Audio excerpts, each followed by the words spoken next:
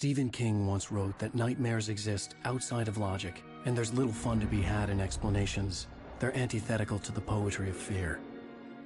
In a horror story, the victim keeps asking why, but there can be no explanation, and there shouldn't be one. The unanswered mystery is what stays with us the longest, and it's what we'll remember in the end. My name is Alan Wak. I'm a writer.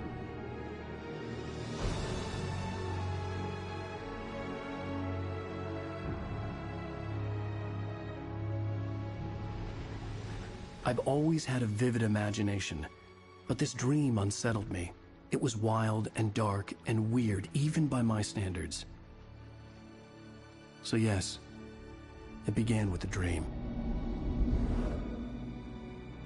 Following a typical nightmare pattern, I was late, desperately trying to reach my destination, a lighthouse. For some urgent reason, I couldn't remember. I'd been driving too fast down a coastal road to get there.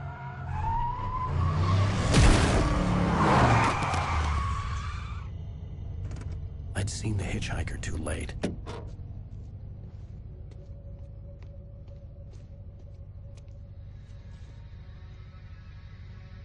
He was dead. I was convinced they'd put me in jail and I would never see Alice again.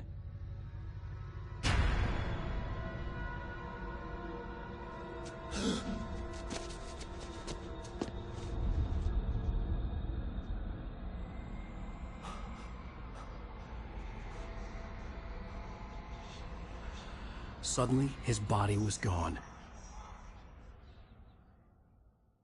I was in shock from the crash.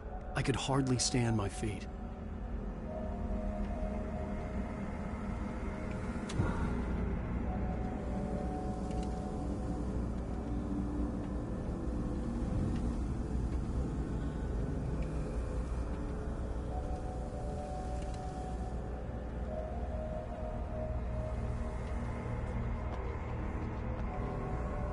The radiator had broken when I hit the hitchhiker.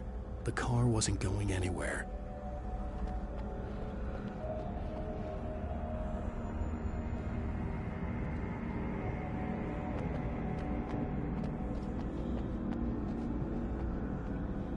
I had to go to the lighthouse. I knew there was something important waiting for me there. I was certain I had just driven from this direction, but now the road was blocked.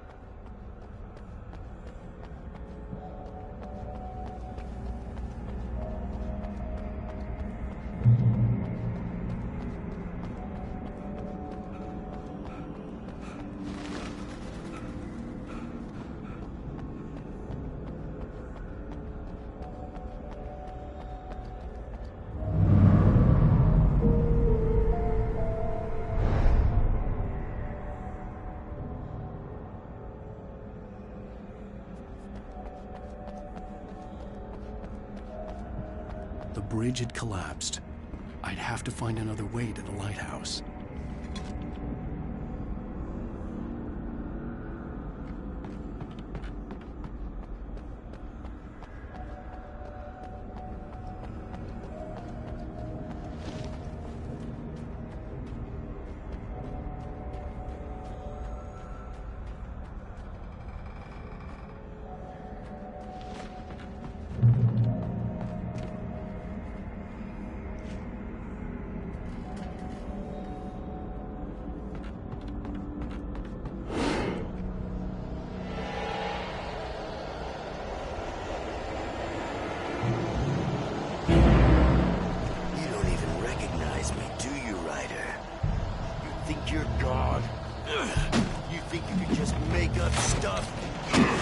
Play with people's lives and kill them when you think it adds to the drama. You're in this story now, and I'll make you suffer. You're a joke. This unreadable sentence in your books if it wasn't for your editor. You'll never publish another one of your shitty stories, 'cause I'm gonna kill you. It's not like your story's already been. Not like they have any actors to bury. You're a lousy writer.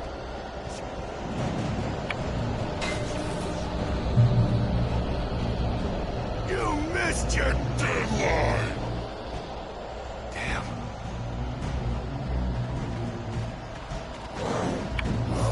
You can't stop me!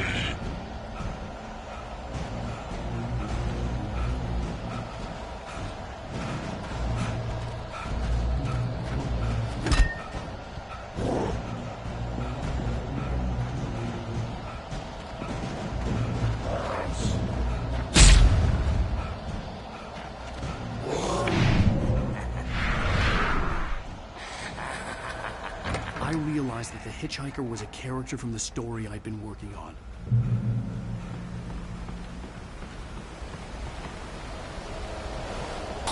How does it feel to die by the hands of your own creation?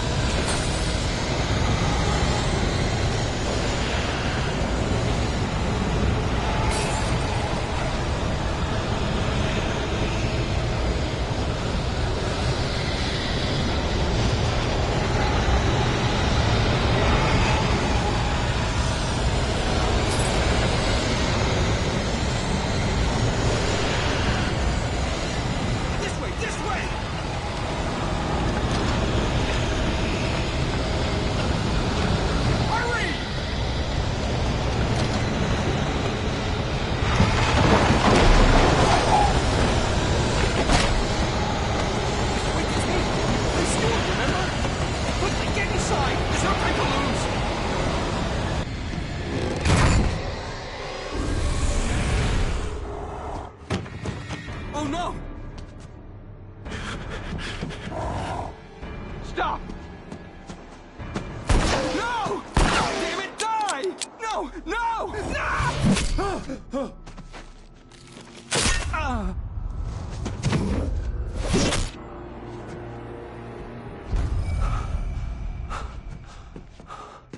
I was trapped. There was no way out.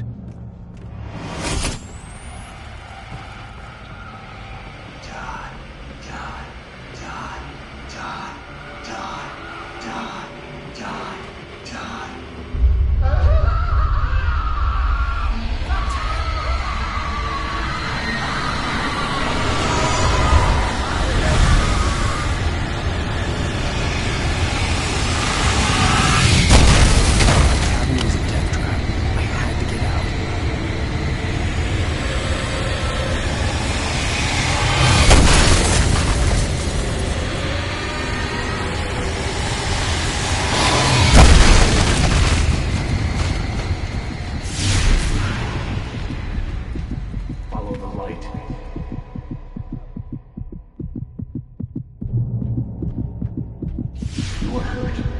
You should go into the light. You are only safe there.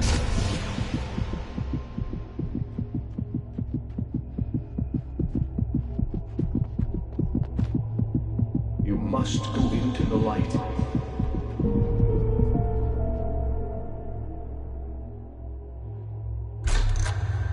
Well done. I have something important to tell you. It goes like this. For he did not know that beyond the lake he called home lies a deeper, darker ocean green, where waves are both wilder and more serene. To its ports I've been. To its ports I've been. Do you understand? No. Follow my light.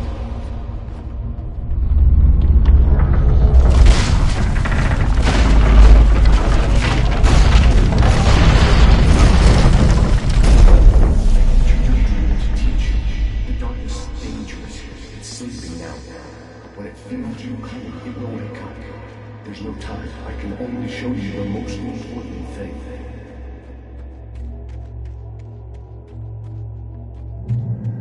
This way. There's no time. The hitchhiker has been taken over by the dark presence. You can't hurt him now. The darkness protects him from all harm. Only light can drive the darkness away and make him vulnerable again. Here, take the light. Turn your flashlight toward him and burn the darkness away.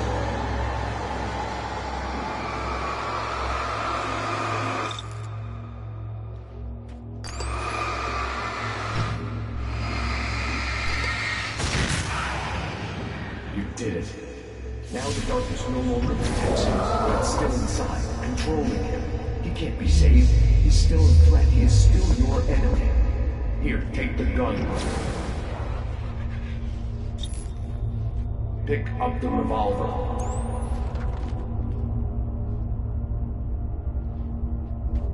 He is your enemy. You need... Now you'll die.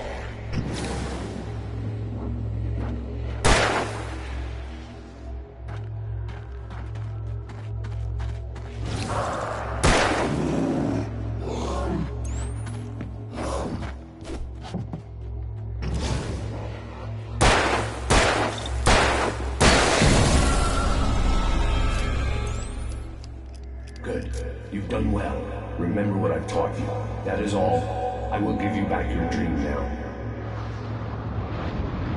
In the nightmare, a terrible darkness was taking over the world.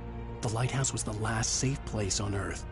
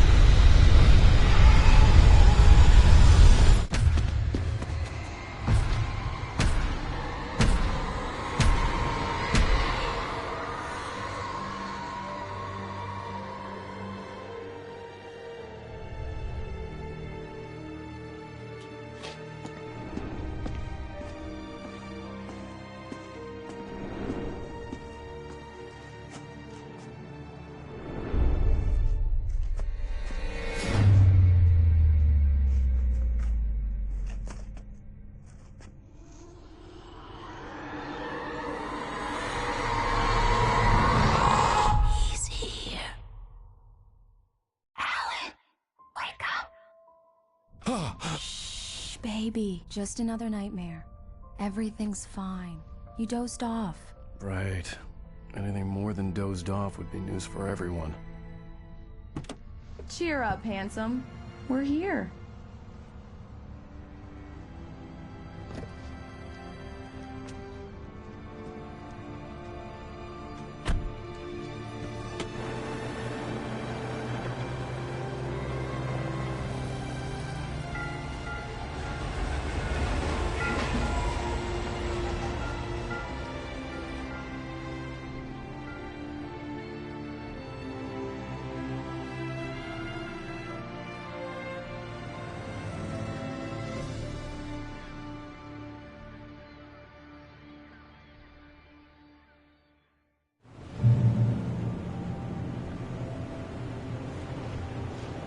Let's act like we're on vacation. Go stand next to that old gentleman there. I want a shot of you with town in the background. Sure. I'll even give you a title for the shot. A city boy, moments before he got eaten by a bear.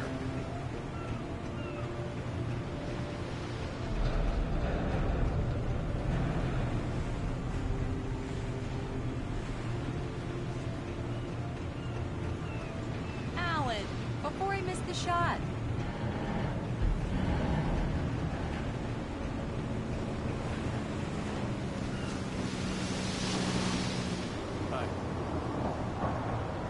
Hello there. You picked a good time to visit our town.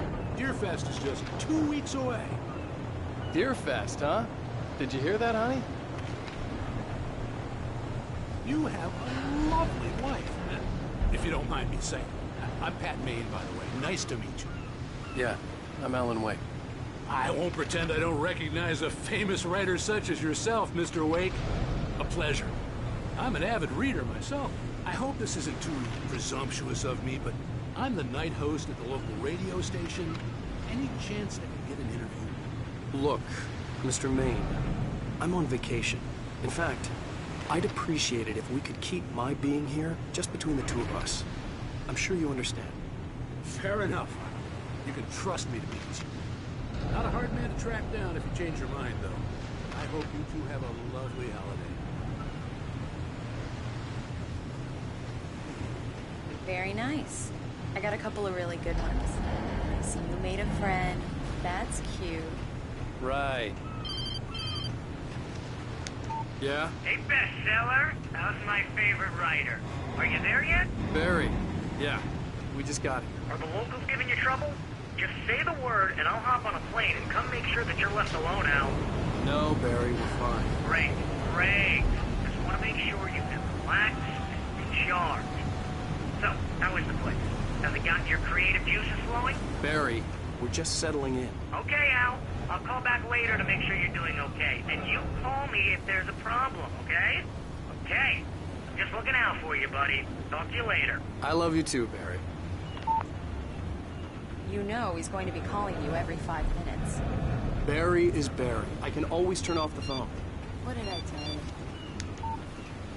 Text message from Barry. He says hi to you too. Alan, we're here. Come on, let's get back to the car.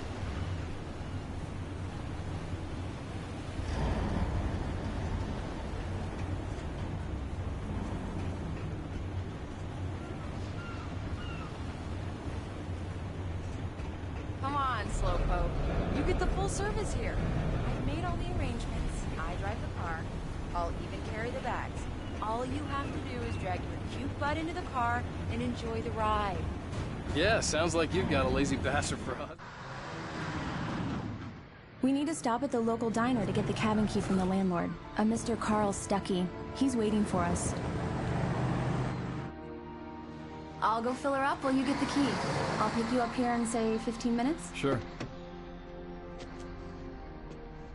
Alan, thank you for coming here with me. I love you too. Go on. I'll promise to behave.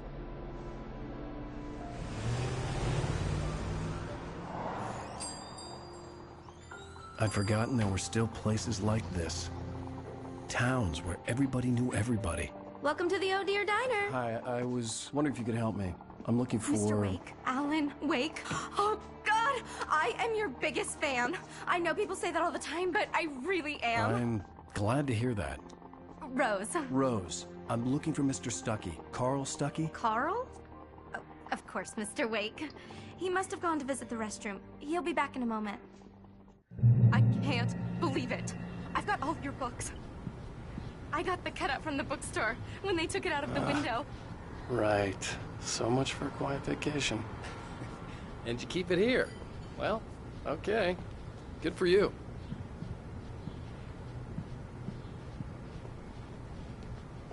Try the coffee. Just don't Do blame me a when... favor, Sonny. I could really use a tune right now. Coconut, number 6 in the jukebox.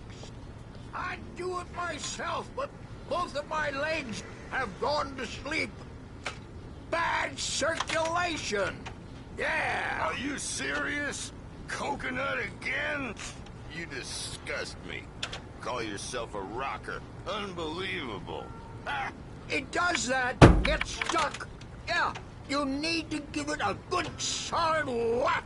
Now that's what I'm talking about. Yes. This is it. I've died and gone to hell.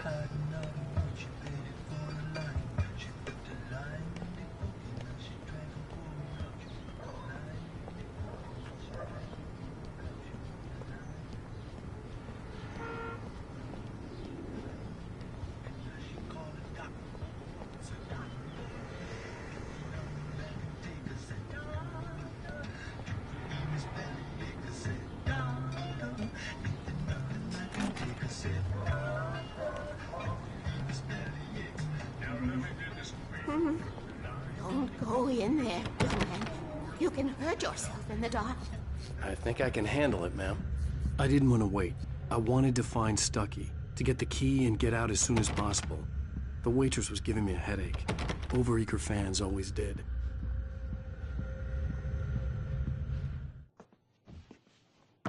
Hello? Mr. Stuckey?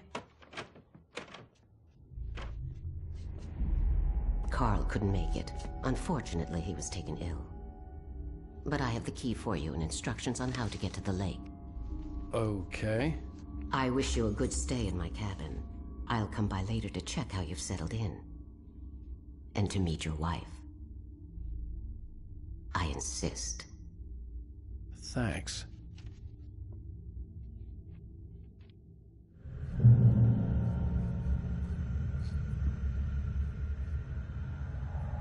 Cauldron Lake is a special place. Very inspiring.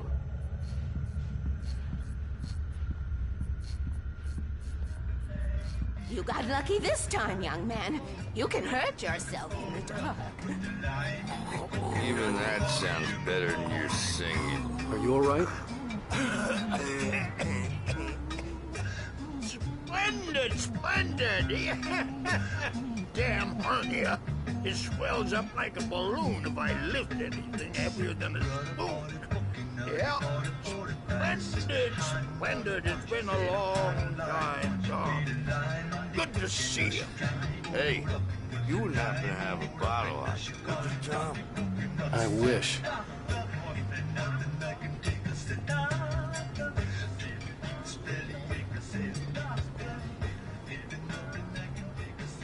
The Andersons, they're, local musicians. We're waiting for Dr. Hartman to come pick them up. They wandered off from his clinic at the Cauldron Lake Lodge.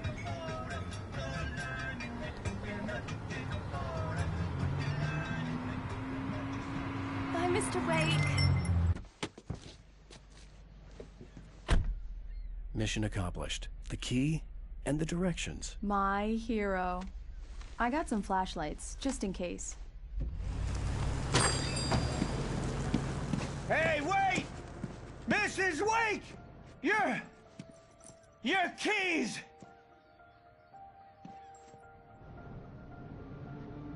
That diner was a real nut house.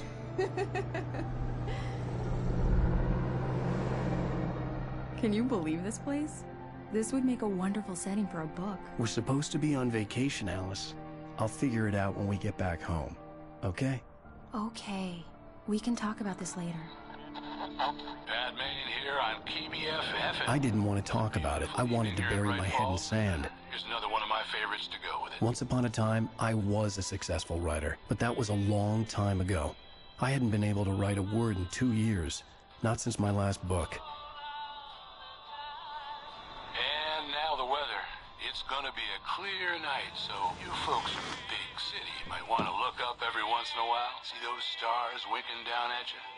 It gets pretty dark out here, but they'll light your way.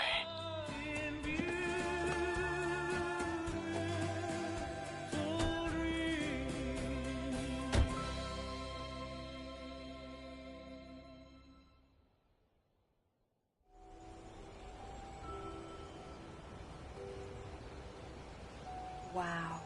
It's gorgeous, Alan. It's something, all right. Don't worry, honey. I'll get you inside safe and sound before it gets dark. And I've got the flashlight. I know. I'm okay. Alice had a phobia, the fear of darkness. I wanted to make sure we were inside with the lights on before sunset.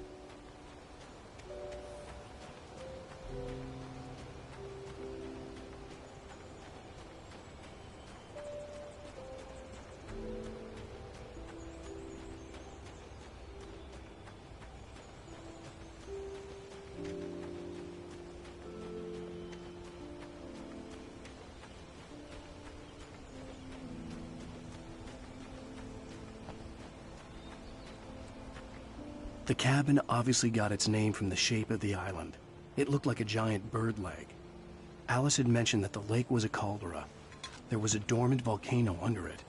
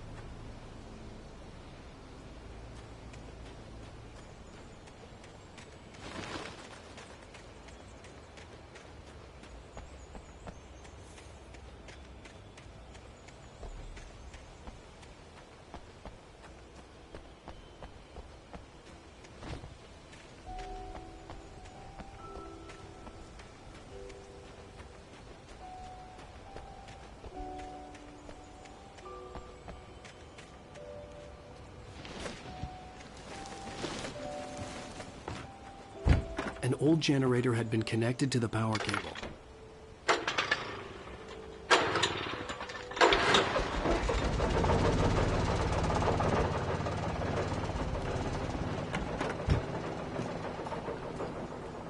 The lights are on! Good work, honey. I'll freshen up a bit and start settling in. Okay, I'll look around a bit. Sure thing! Have fun! The island had once been the... It was a beautiful place. I told myself I could rest here, sleep here, and forget about my work.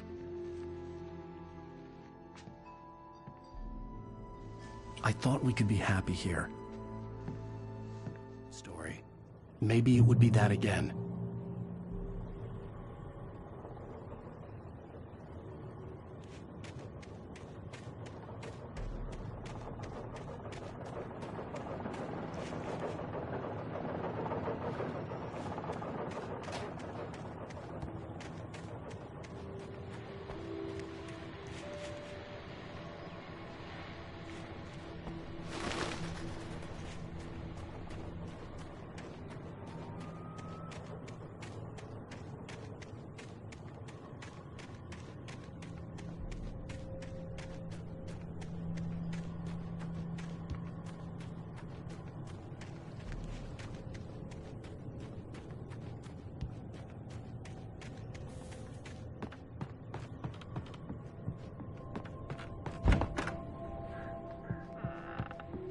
Alice? Honey? A shoebox filled with books by Thomas Zane sat on the shelf. I'd never heard of him before.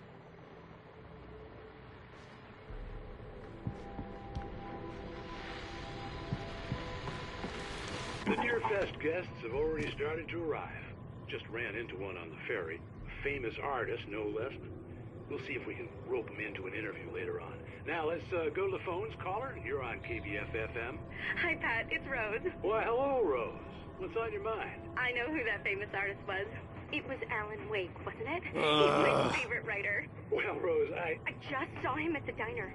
Oh, I am so excited he's here. I'm sure he's glad to be here, too. Well, folks, I guess the secret's out. This is Pat Maine on KBF-FM. And now, some music. Great. So much for keeping a low profile.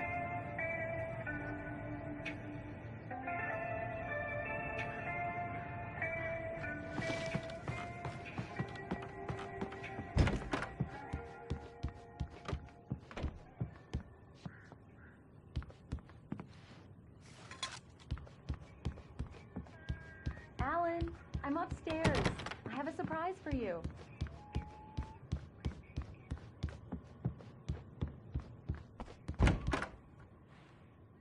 Surprise! Alice? What is this? I guess I have a small confession to make. I thought maybe you could write here that a change of scenery would get you past... Damn it, Alice! Everyone keeps... Hey! Just hear me out! There's a local doctor, Dr. Hartman. I read a book of his. He has a private clinic here. He specializes in helping artists. Maybe... So now you want to get me committed? No! It's not like that. That's not... Alan? Alan? Just don't! I don't want to hear it! God damn it, Alice! God damn it! I knew she wouldn't follow me in the dark. I needed some time alone to think things through.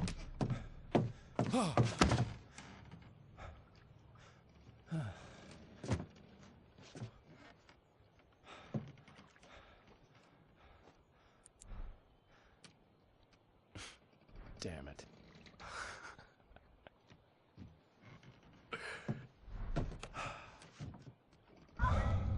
Alice? Alice? Alice! The cabin had gone dark. All the lights were out.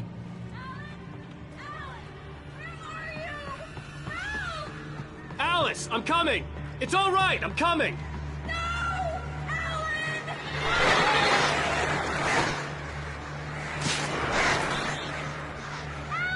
What the hell?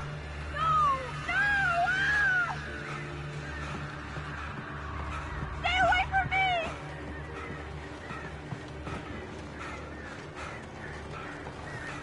No!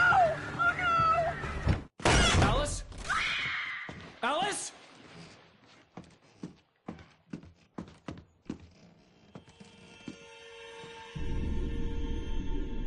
Oh no!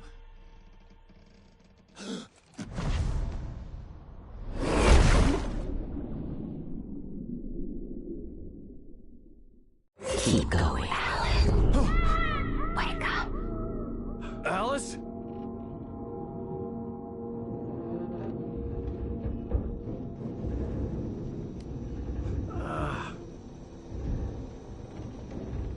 Waking up in the crashed car felt like I had woken from one nightmare and entered another. I couldn't remember how I got there. All I knew was that something terrible had happened to Alice. The phone was dead. I'd have to find help on foot.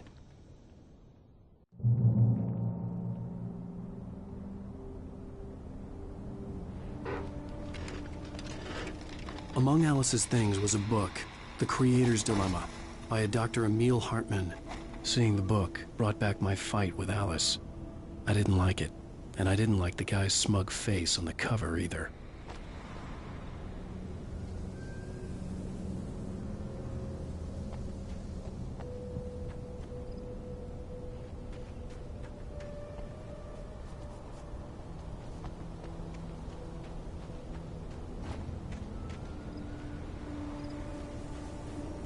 The gas station was my best bet. They'd have a phone I could use. It looked like a long hike through the forest to get there.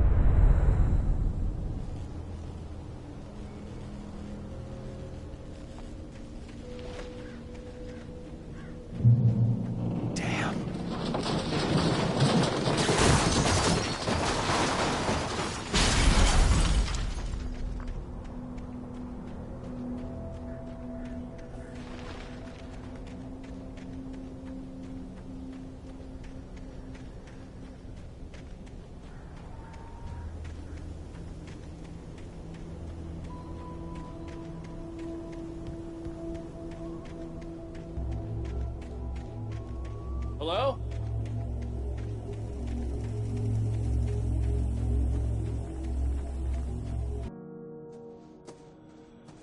Hello? Is someone there?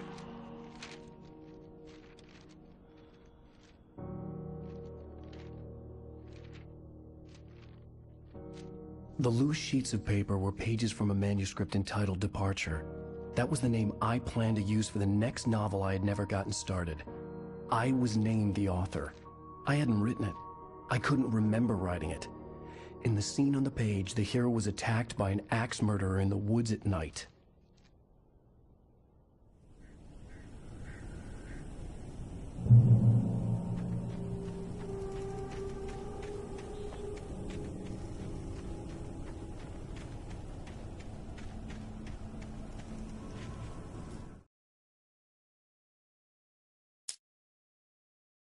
Departure by Alan Wak.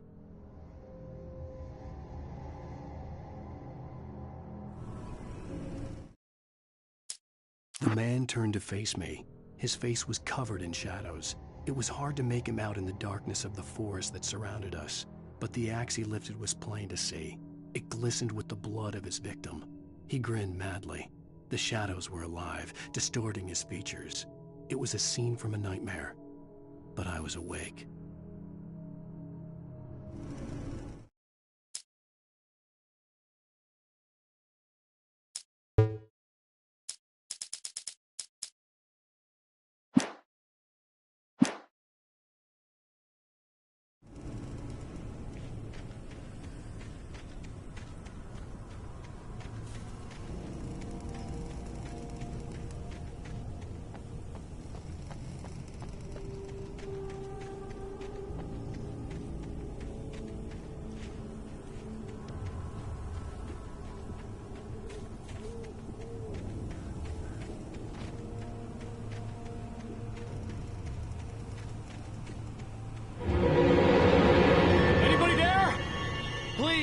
I've been in an accident!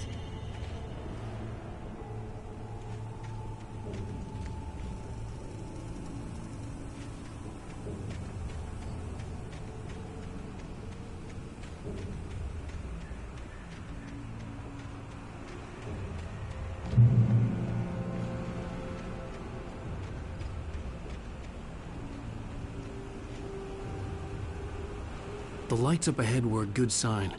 Maybe I wouldn't have to hike all the way down to the gas station to find a phone.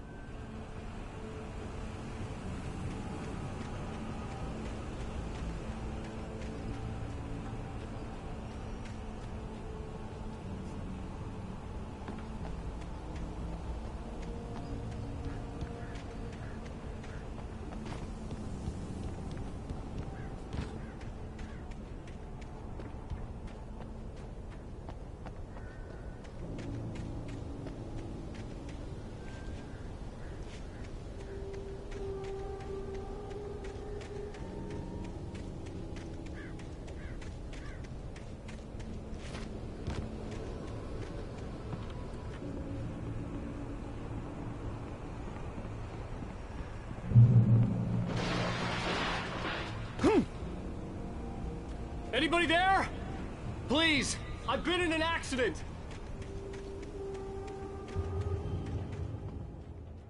Hey! Hey, you! Phil! There's been an accident. I need help. Listen, I need to... Premium cabins for rent in... Nightfall! Oh, hell. Carl Stuckey. Pleased To meet you. Non-refundable reservation deposit required. fair and square.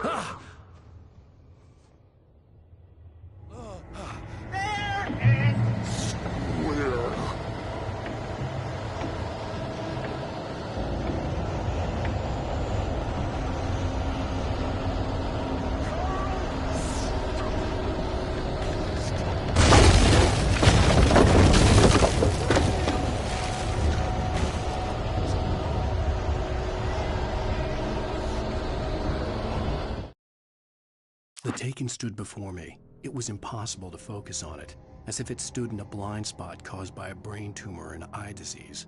It was bleeding shadows like ink underwater, like a cloud of blood from a shark bite. I was terrified. I squeezed the flashlight like my life depended on it, willing it to stop coming any closer. Suddenly something gave, and the light seemed to shine brighter.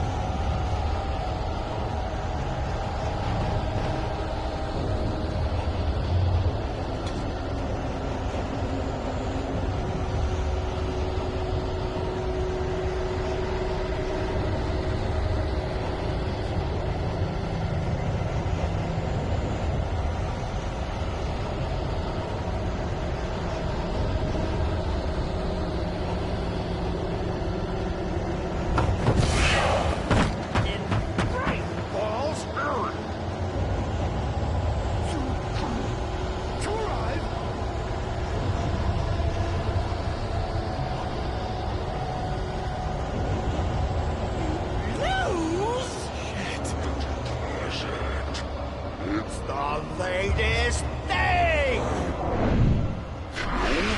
Two birds in contest. I had to figure a way out of this. Any second now, and Stucky would be knocking on the door with his axe like Nicholson in The Shining.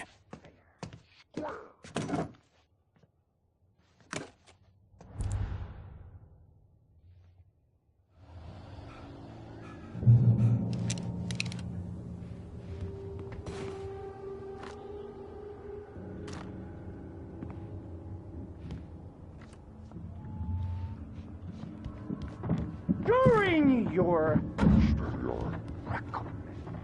trying walking, it's the latest thing. Incontestably proven health benefits. Let you choose. Yes. Right Falls Sheriff Station. Only I can see. Hello?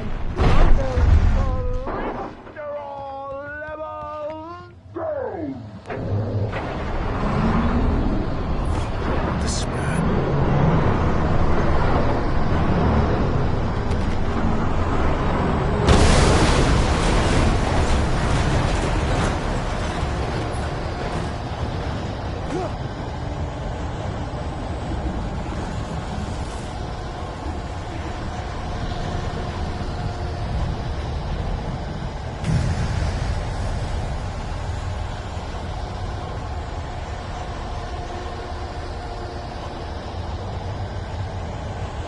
The bulldozer had gone over the cliff with the office.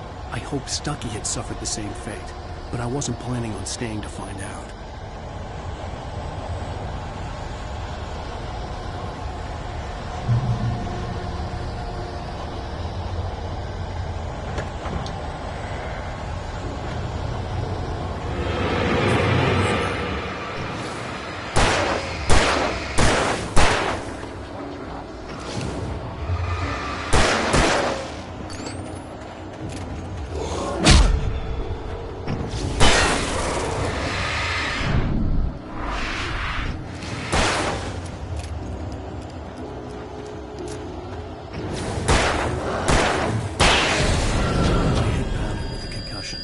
I'd never fired a gun outside a shooting range, and now I just killed someone. Or something. There were no bodies. They just disappeared. If I was dreaming, it felt real enough to make me sick.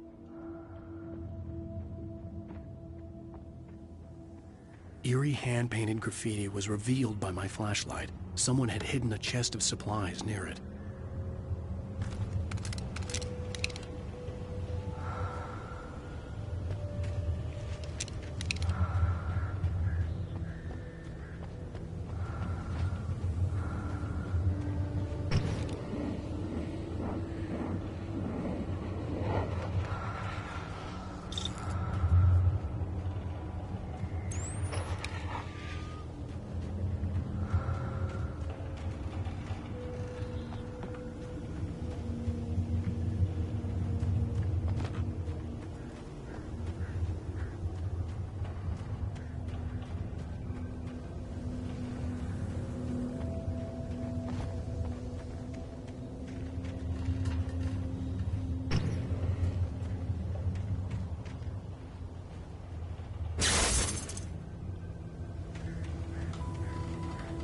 The dark forest was the last place I wanted to go, but I had no choice. I had to get to the gas station.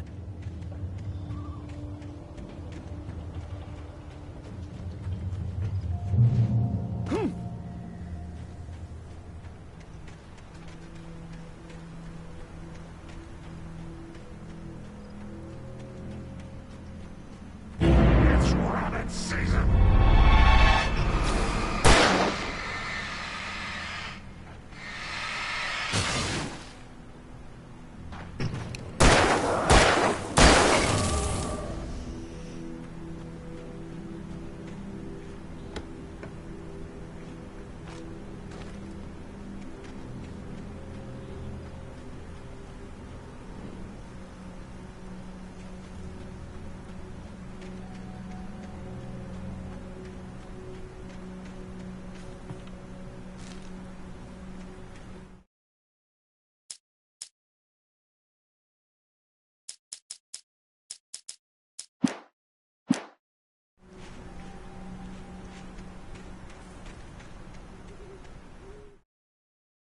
Rose knew she had been gushing, but right now, she didn't care. As far as she was concerned, her brief meeting with Alan Wak was literally the high point of her life. She watched as he got in the car with his wife. She was pretty, confident, at ease with Wak. Not like Rose. They were perfect for each other. She'd have given anything to be called their friend.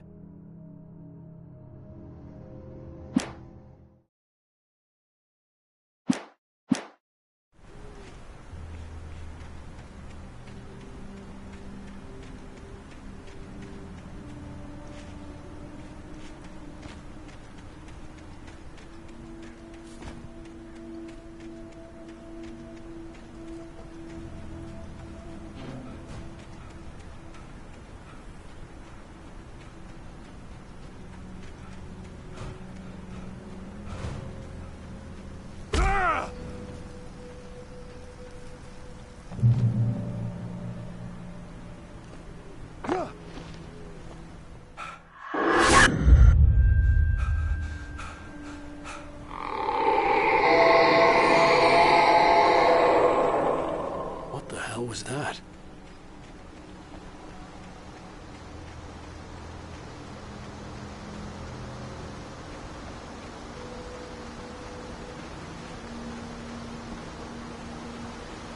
When I saw the river below, something uncoiled itself inside my head. I realized that I'd have to find a way across. I didn't even want to look at the water.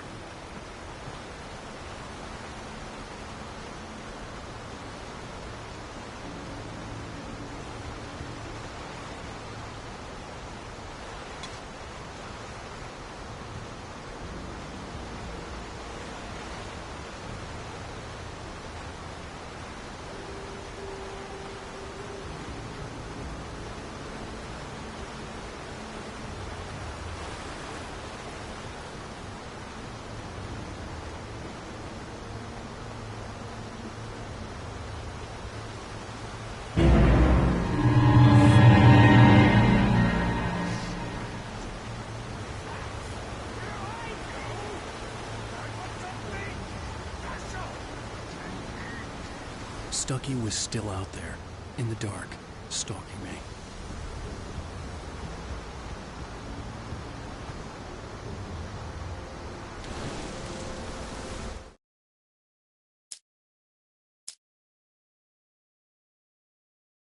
Barry Wheeler was bouncing off the walls. He jumped on a plane after his calls were ignored by both Al and Alice for several days. It could mean that they were both on a second honeymoon, but Barry didn't buy it. Al had been way too unstable for that, not sleeping, messed up. Barry had years of experience dealing with Alan Wake, and he couldn't ignore it. Something was wrong.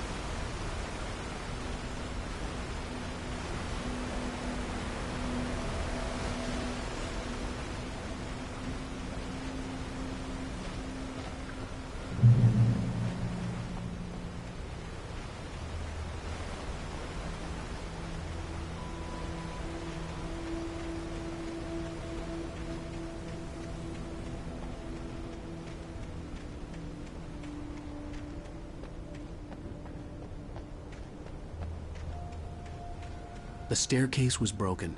I had to make my way up some other way.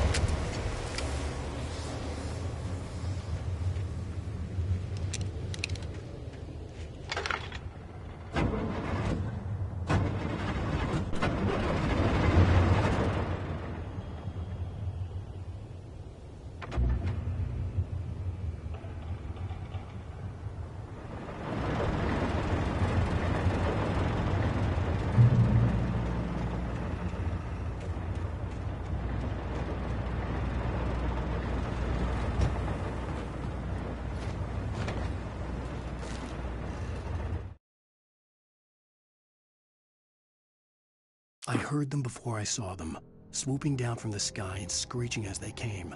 I spun around just as the cloud was upon me. For an instant, I stared into 100 dead eyes, black pearls glittering in the darkness. I raised the flashlight and the swarm exploded like fireworks. Feathers burned, turned into ash. I couldn't hear my scream above theirs.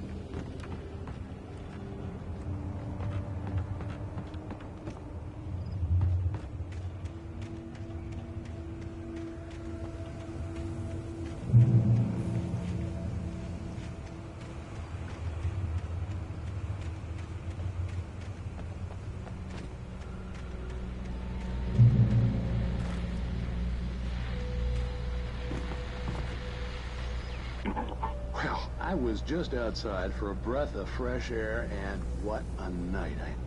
I know most of you are probably in your beds by now, but if you're still up and around, take a moment. Step outside for a spell and breathe in deep. The weather is absolutely still. The sky is crystal clear. It's like the forest is quietly breathing along with you.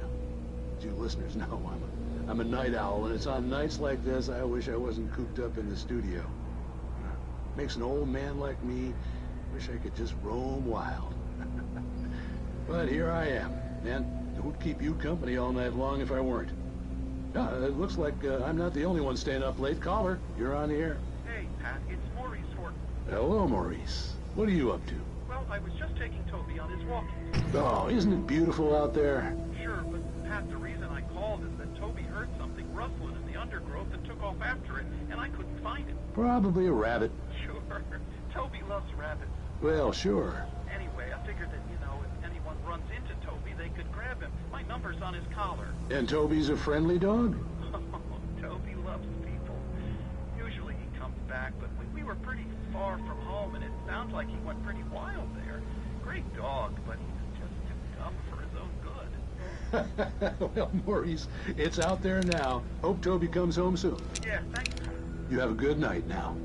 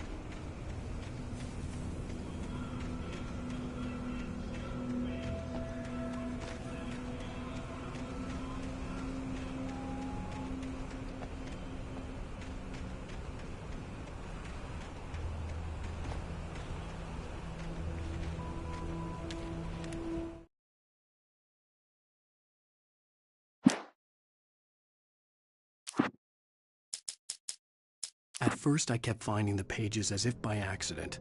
The book I couldn't remember was either a terrible and true prophecy or an act of creation that had rewritten the world. I began to hunt the pages feverishly, for they held the answer to the mystery. With it, I could save myself. With it, I could save Alice.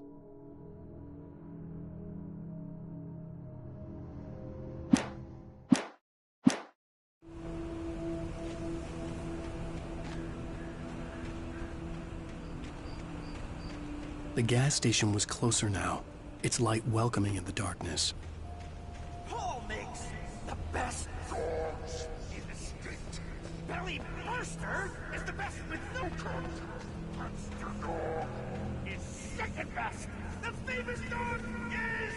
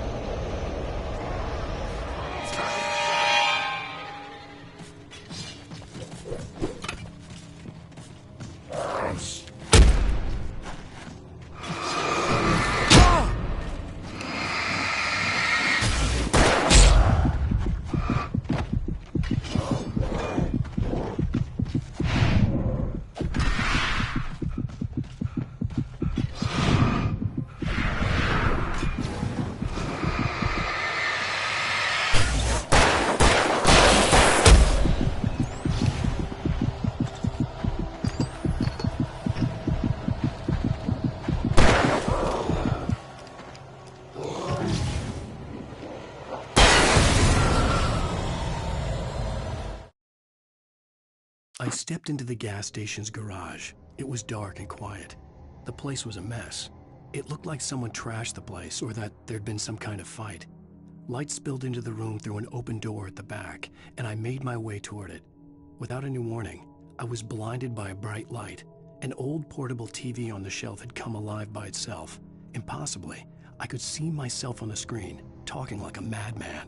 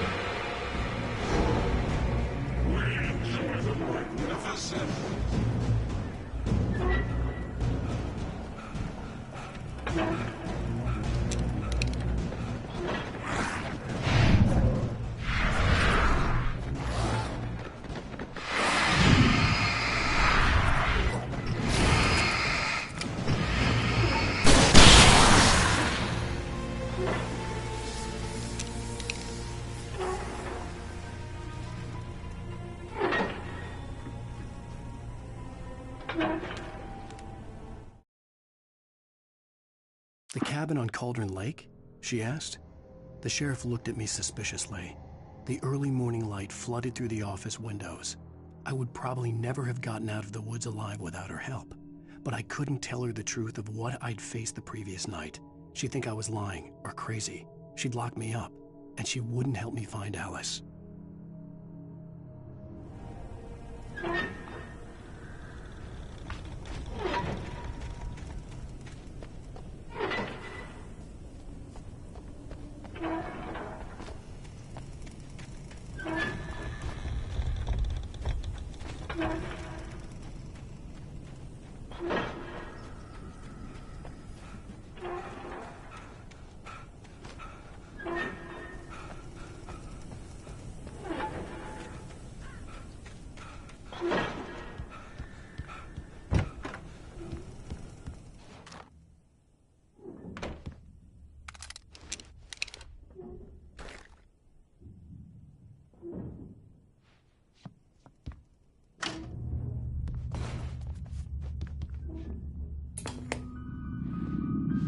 Science. It bestows immortality on those who advance it to elevate all of mankind. Newton, Einstein, Sagan, princes among men. But the price for such a legacy is steep indeed. In Night Springs. Tonight's episode, a quantum suicide. If our lives are already written, it would take a courageous man to change the script. Having called a press conference, Dr. Barclay Colvin is about to demonstrate that very courage. Ladies and gentlemen of the press, I am Dr. Barclay Colvin, and I'm glad so many of you could join me here at the Moorcock Institute. Tonight, I'm going to give a practical demonstration of the many worlds interpretation. As you can see, this is a loaded 9mm pistol. It shall be part of a thought experiment. And now, a real experiment, known as a quantum suicide. Did he say suicide? Is that a real gun? He's kidding, right? Please, stay calm. There is no risk.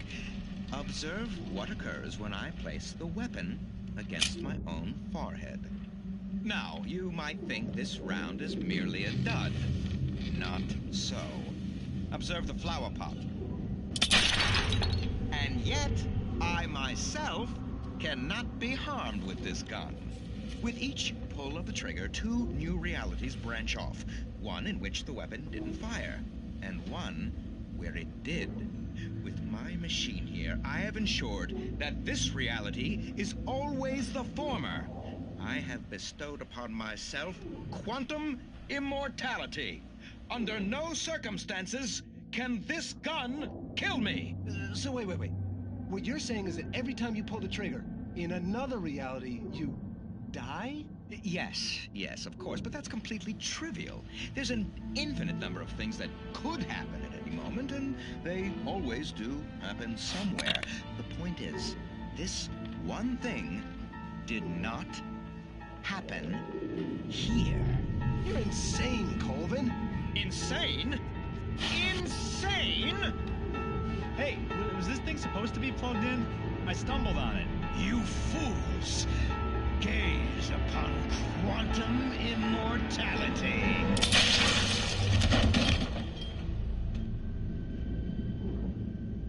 Poor Dr. Colvin, felled by his own hubris or the ignorance of the masses. Perhaps he should have left the crate unopened, the decaying atom unobserved. Curiosity often kills the cat. In Night Springs.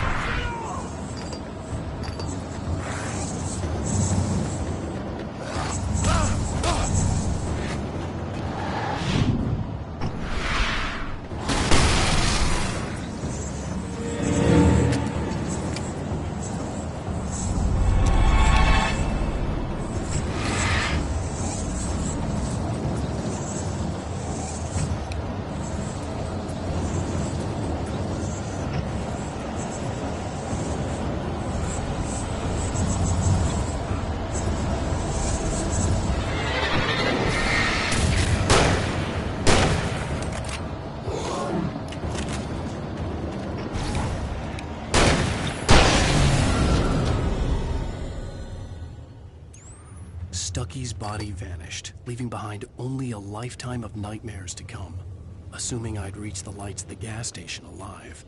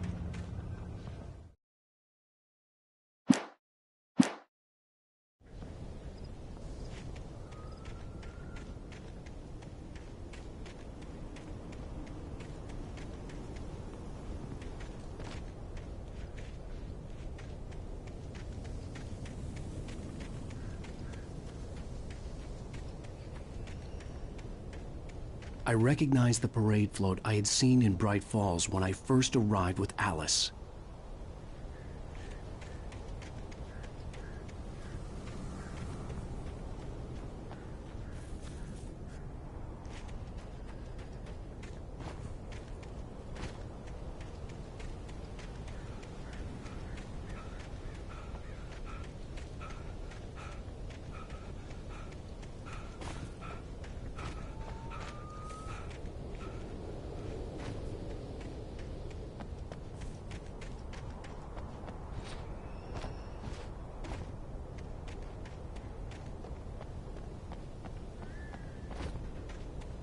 After the insanity I had just experienced in the darkness, the lights of the gas station felt comforting. At least for a moment, the sane world reasserted itself.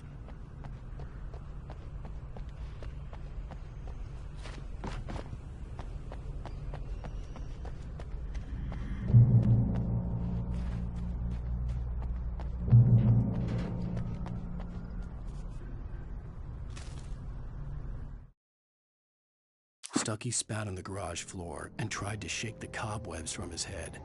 Ever since the couple never showed to pick up the keys, things had been fuzzy. Something, a feeling, caught his attention. Stucky looked up and stared as his brain tried in vain to process the horror before him. He stumbled back, knocking over a can of oil. A black pool spread across the floor while he struggled for a brief moment, then let go as the unrelenting darkness engulfed him.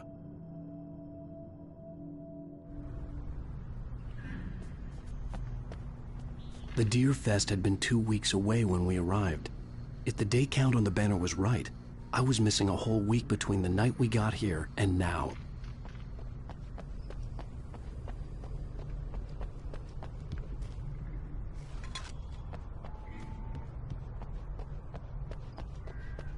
I had to get inside the gas station to find a phone to call for help.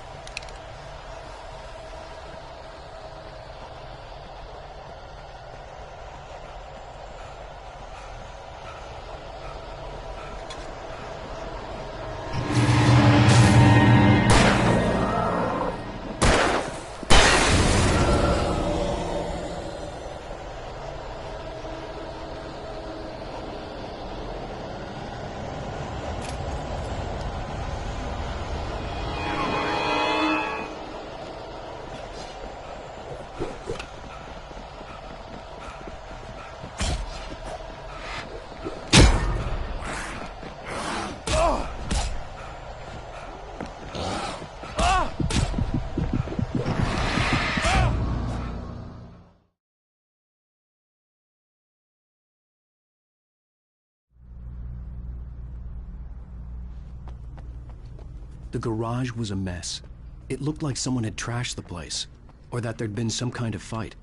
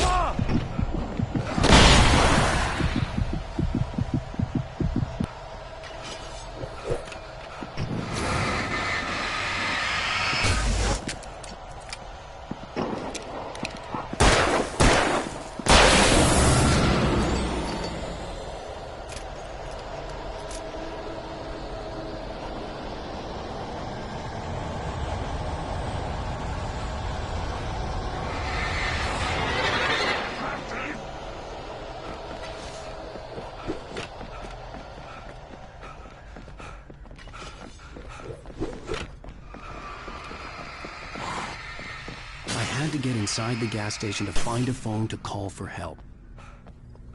The Deer Fest had been 2 weeks away when we arrived. If the day count on the banner was right, I was missing a whole week between the night we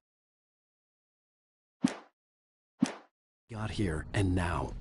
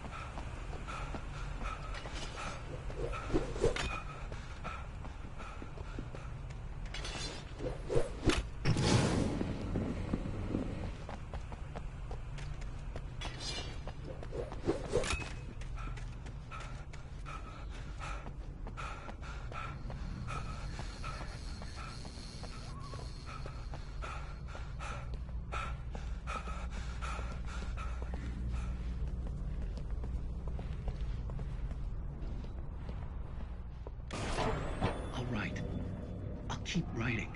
Outside, there's only darkness. Outside the cabin, outside the story, there's only darkness.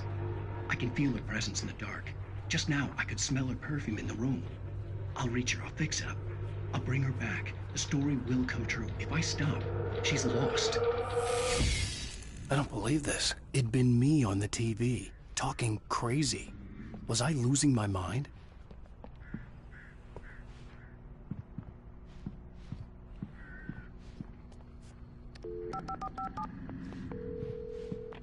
Bright Falls Sheriff Station.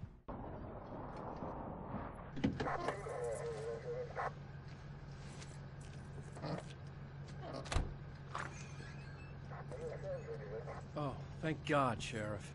Sheriff Sarah Breaker. You are... I'm Alan Wak, but listen. I was in a car crash. My wife, Alice, she's missing. Calm down, Mr. Wake. We were staying in a cabin on the island, on Cauldron Lake. There's no island on Cauldron Lake. Not since the big eruption in the 70s. Please, I can take you there, okay? You look like you've taken a pretty bad knock to the head. Are you okay? Listen. We'll figure this out. Please get in the car. We'll swing by the lake and then we'll go to the station, okay? Mr. Wake, have you seen Stucky, the guy who owns this place? I realized I couldn't tell her what had happened in the forest. She wouldn't have believed me. And then she wouldn't have helped me with Alice.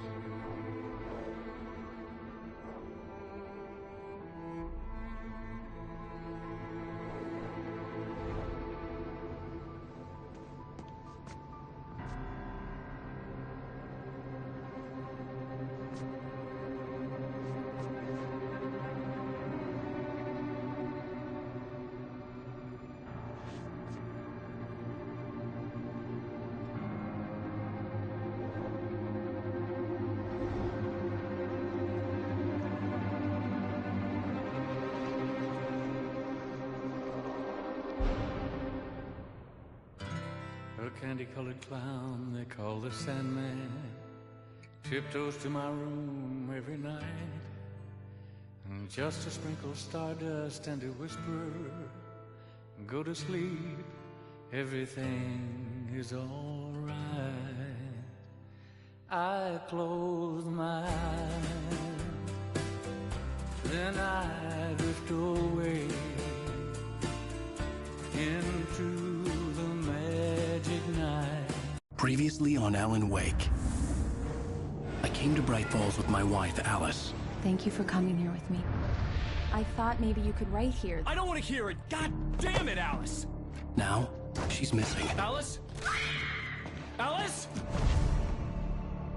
I woke up behind the wheel of a crashed car. I'm missing a week. I was attacked by shadowy men straight from a nightmare.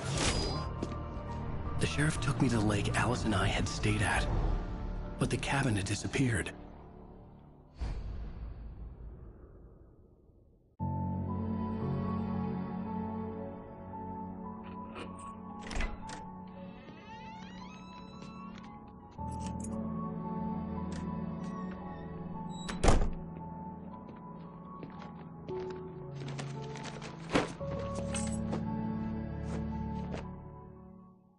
Honey, I'm home. Back here, sweetie. How was it? Worst weather I've ever seen. You should put some coffee on. It'll warm you up.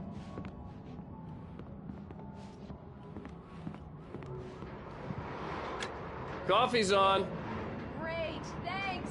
I'll need it if I'm gonna finish this by tomorrow.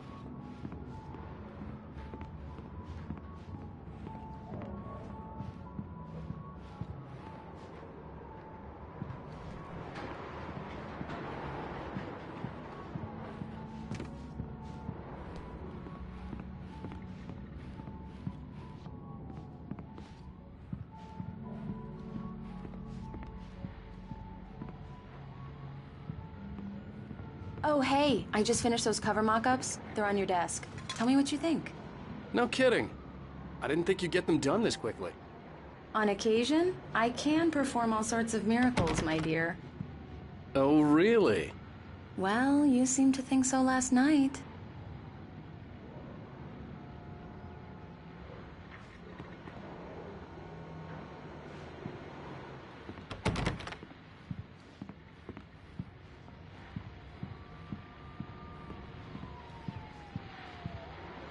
These look really good. Oh, sure, until Barry gets his hands on them. Which, by the way, will happen over my dead body. The last time was the last time.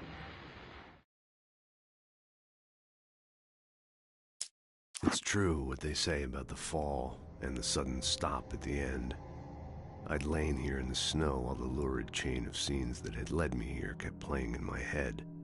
A rerun of my own private snuff movie. A memory of my corpse. Alone at my own wake. Thinking in metaphors again. The femme fatale was gone. Only a sour taste remained of the kiss that killed me.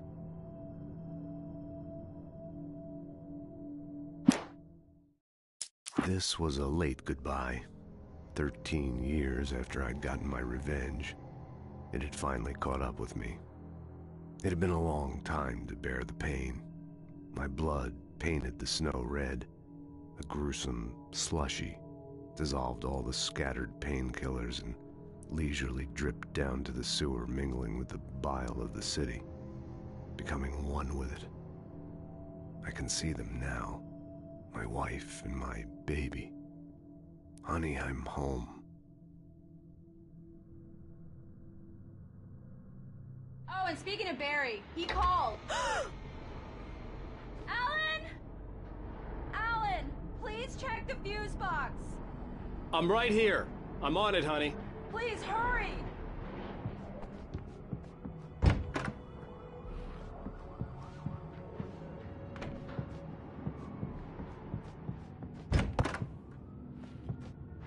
I really don't like this, Alan. Please hurry.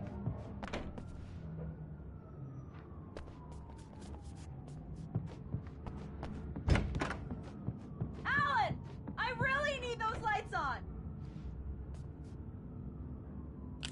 Honey, it's a power outage. I've got the flashlight. Okay. Hi. You okay? I'm sorry. It just really spooked me. Don't worry. We'll just break out the candles. I know it's stupid, but it's just... especially when I'm not prepared for it, you know? It gets to me. I love you. Tell me a story, writer. Okay. I used to have these nightmares when I was a kid. The dark really spooked me, too. When it got really bad, my mom gave me this old light switch. She called it the clicker. The clicker, huh? Yeah. If I ever got scared of the dark, I could just flip the switch and a magic light would scare the monsters away. Oh, sure. Here it is. Alan. Maybe it'll help you, too. Yeah, nice story, writer boy. You made that up right now, didn't you? No. Seriously. I love you, even if you are a liar. Thanks for this.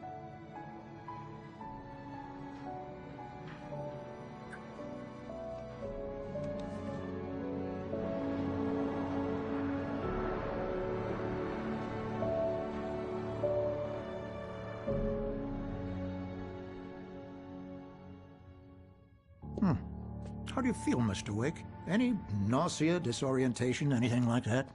Mr. Wake, how are you feeling? I'm okay. My head's fine. I had to lie about my headache and memory loss. He'd send me to a hospital for tests. I couldn't leave without Alice. Very well. I don't think you have a concussion, but you've obviously been through quite a shock. You should take it easy for a couple of days. Thanks.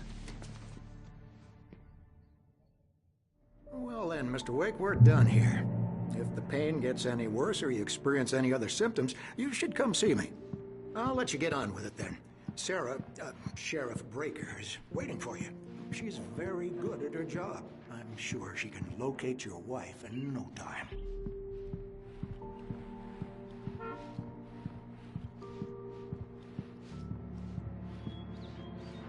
I'm sorry you had to cut your morning fishing short for this, Doc.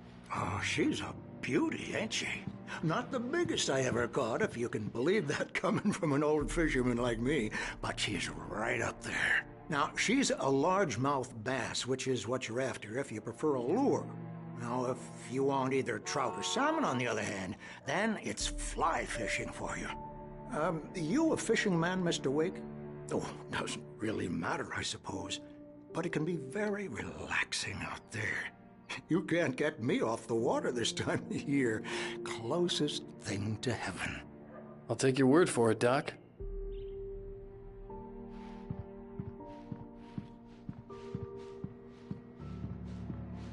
I believe you'll find the sheriff in her office. Just go down the corridor.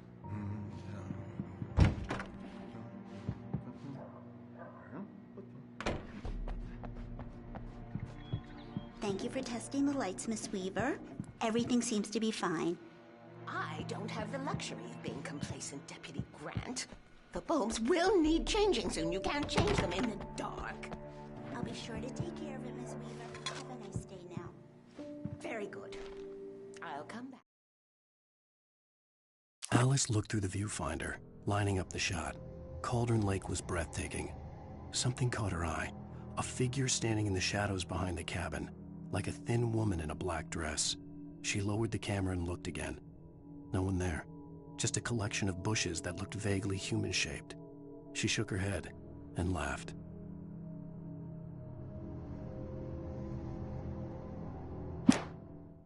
Later on to remind you, just in case. Yeah, it's Mulligan here. I'm at Stucky's gas station with Thornton. There's no sign of him. Over. Wait. Yeah, this is Thornton. Look, we've located the brake float. It's here. That's some good news, right? Stucky was supposed to be driving it at the rehearsals today. Over. Oh, give me that. Mulligan here. Looks like someone really thrashed the garage. Over. Okay, roger that, guys. Keep looking for Stucky. Jane's out.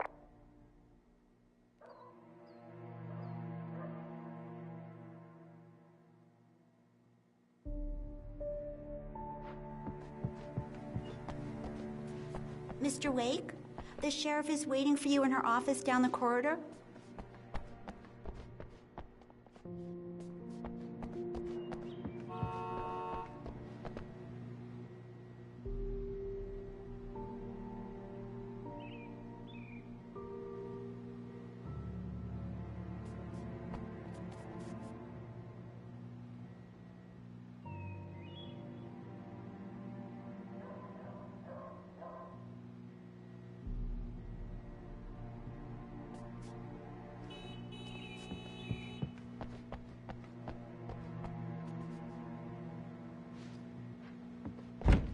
Come in, Mr. Wake. Your phone's on the desk. The battery was dead. It's charged now.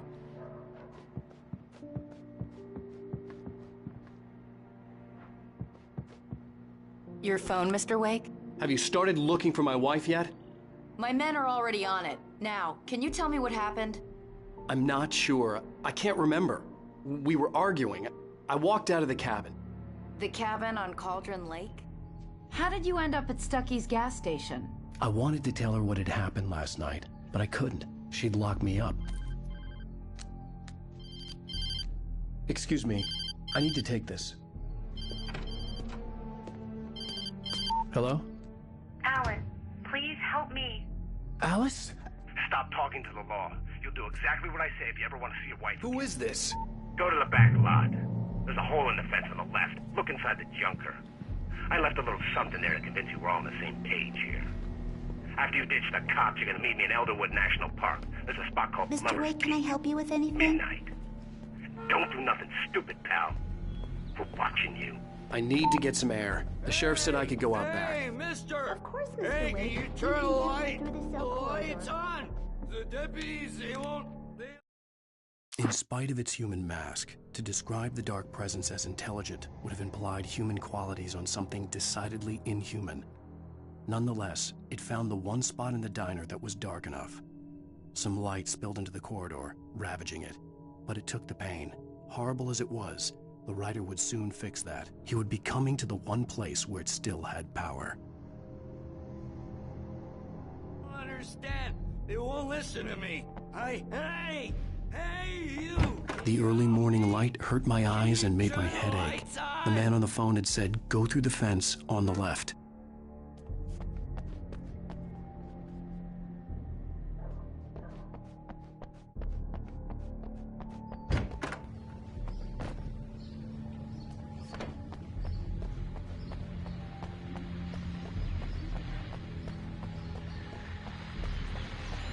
The caller had told me to find a hole in the fence behind the police station. There was something for me in an abandoned car. God knows I need my beauty sleep. Just one more item before I go. It's been a busy night for the sheriff's department. We've had a few broken windows, even a report of shots fired on Main Street. Deputies Mulligan and Thornton had to deal with two intoxicated young men who were celebrating the completion of their Deerfest float. Now, folks, we get this every year. I know it's exciting, the big day's almost here, but let's save it for the party and leave the gunplay for the shooting competition, huh? There's no point in getting all worked up yet.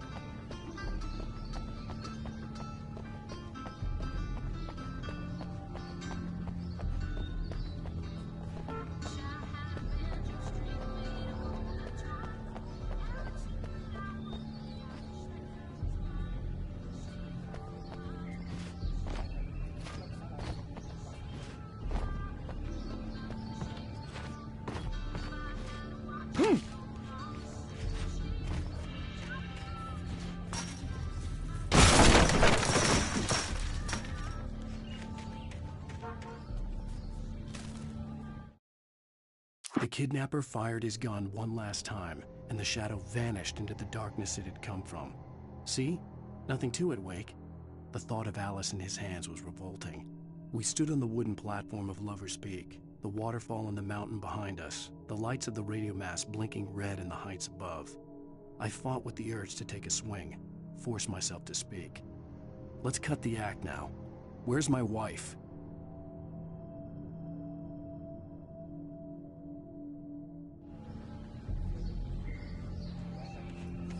Alice's driver's license had been placed on the front seat. The caller meant business.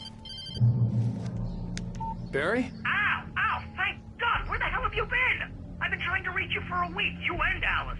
I've been worried sick. I flew out yesterday. I'm here in Bright Falls. Barry, listen to me. I'm at the sheriff's station. Come and get me. I can't talk now. Al, what the hell is going on? I had to get the sheriff to let me go. I needed to get to Elderwood National Park to meet Alice's kidnappers.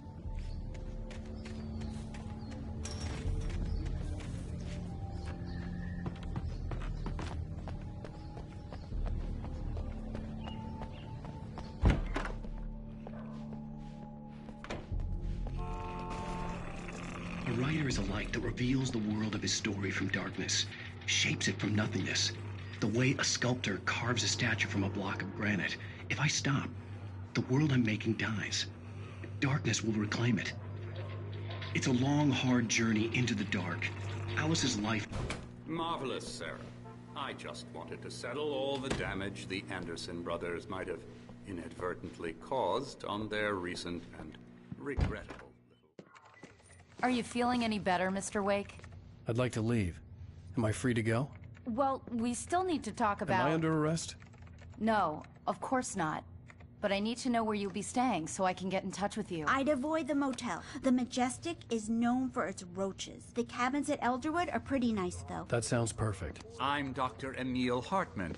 I'd like to invite you to stay at Cauldron Lake Lodge. Did you talk to my wife? I had the pleasure of discussing your situation with her on several occasions. Did you set something up with her? I invited her here. My clinic is a place where... Oh! Hey! Oh, my! Take it easy. Hey, nobody move! Get your hands off of my client! Who are you? I'm Barry Wheeler, his agent. If you have business with Mr. Wake, you talk to me. You yokels won't know what hit you once I sick my lawyers on your asses. No harm done, Sarah. I'm all right. I don't want to press charges. Mr. Wake, my offer still stands. Get me out of here. What the hell was that about, Al? We don't need a replay of that thing with the paparazzi. I thought they were gonna lock you up. I had to talk to someone. I told Barry everything. He thought I was certifiable, but when he heard about the manuscript, I had him. The fact that I'd written something, even if I couldn't remember it, was enough for him. He smelled money. And he believed that Alice had been kidnapped. Anything beyond that was another story. I had a midnight appointment with the kidnapper in a place called Lover's Peak, somewhere in Elderwood National Park. The plan was to rent a cabin. I don't like it, Al. I don't like any of it. It's not good. In fact, it's the absolute opposite of good. Mr. Wake! Barry, you found him. Hi, Rose. Oh, wow. I was just thinking about you, too. Great.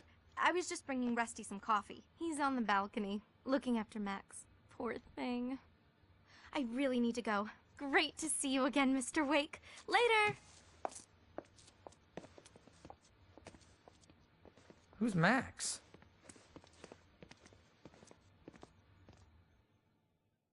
What an airhead. Jeez, Mr. Takes a swing I'd come here to rent a everybody. cabin where This I is could not wait her till fault. midnight. She's a very nice girl and, more importantly, a fan.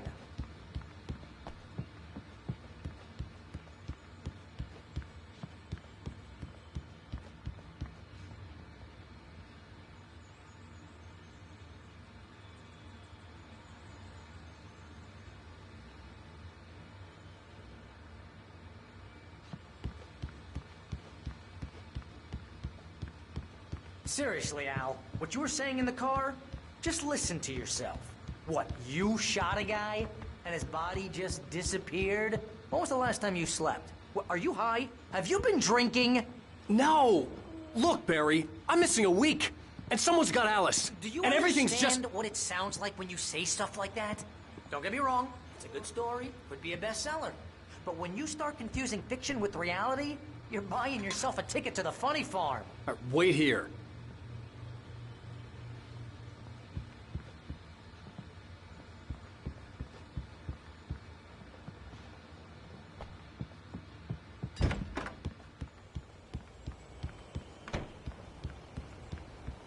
Easy there, boy. I'm almost done. Hey, Rusty, right? You rent cabins. Oh, Mr. Wake.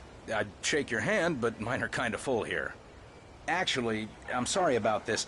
Would you mind grabbing the registration form from the desk? It's just across from Bucktooth Charlie. Okay, sure. What happened? Crazy poachers. Max here got his foot caught in a trap. They're illegal to use here. Hell, you're not supposed to hunt within the park at all. But that doesn't stop some lowlifes. Well, at least Max is gonna be okay. He got lucky. Max is still groggy from the shot I gave him, and I'd rather not leave him alone just yet. The form's on the desk across from the map. Seriously, Al, you can't just go and meet a kidnapper. Those situations always end up in disaster. You gotta talk to the cops. She's my wife, and it's my call. Can we talk about this later? No. This whole thing... Listen, you hit your head. I mean, geez, Al, come on. You gotta understand how crazy all this sounds. I think this is the form you wanted. And here are the keys. Okay, you're all set, Mr. Wake. Glad to have you staying here. Thanks. Can you tell me how to get to Lover's Peak? Oh, sure. It's at the end of the nature trail.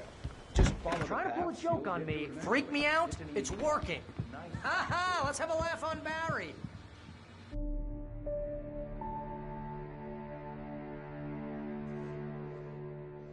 That's just crazy talk, Al.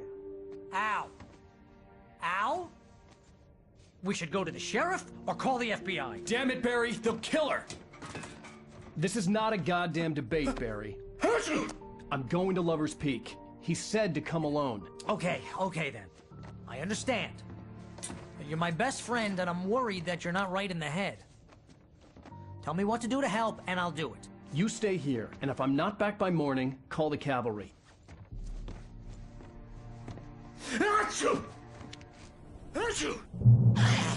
Just be careful with the natives, Al.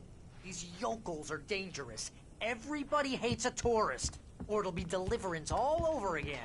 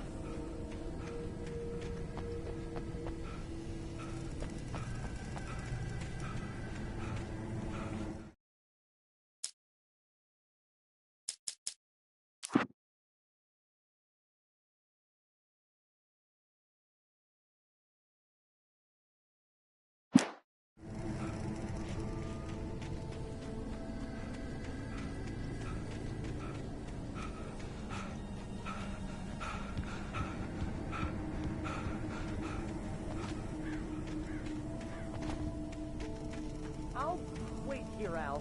I'll hold down the fort. I'll be with you in spirit every step of the way, Al. Watch the door now.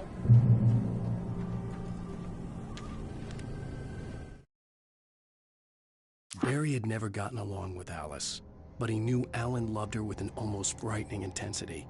And now something had happened to Alice. And here was Al armed with a gun and saying things people got put in padded cells for. It was as if his friend had experienced a massive psychotic episode and was now totally disconnected from reality. It scared the shit out of Barry.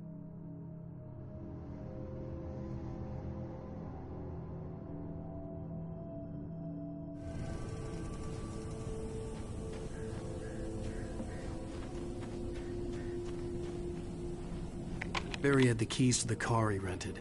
Wasn't a long walk to the visitor center, and it wouldn't be any use to me in the forest. I knew I should have gone to the cops.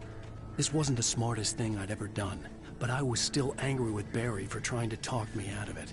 These people had called me right in the sheriff's station. The cops wouldn't scare them, and they had Alice.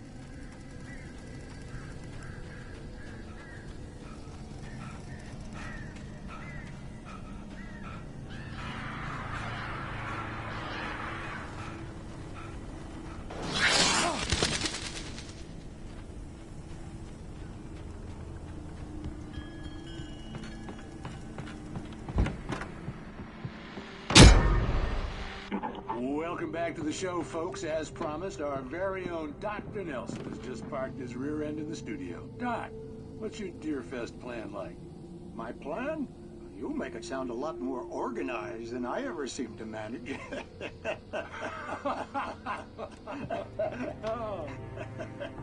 No plan, really. Just taking the atmosphere. I'm getting a little too rickety to do much more than that, you know. Oh, tell me about it. No sack race for us older gentlemen, huh? Yes, exactly, Bat. But I'm going to check out the parade, of course. And I'll be one of the pie contest judges, too. Well, that takes a different kind of constitution. Oh, yeah. It's my kind of exercise. Now, Doc, seriously, you're in pretty good shape, though. You're the outdoors type. I know for a fact you're an avid fisherman. That's right. Matter of fact, just caught a heck of a largemouth bass early this morning.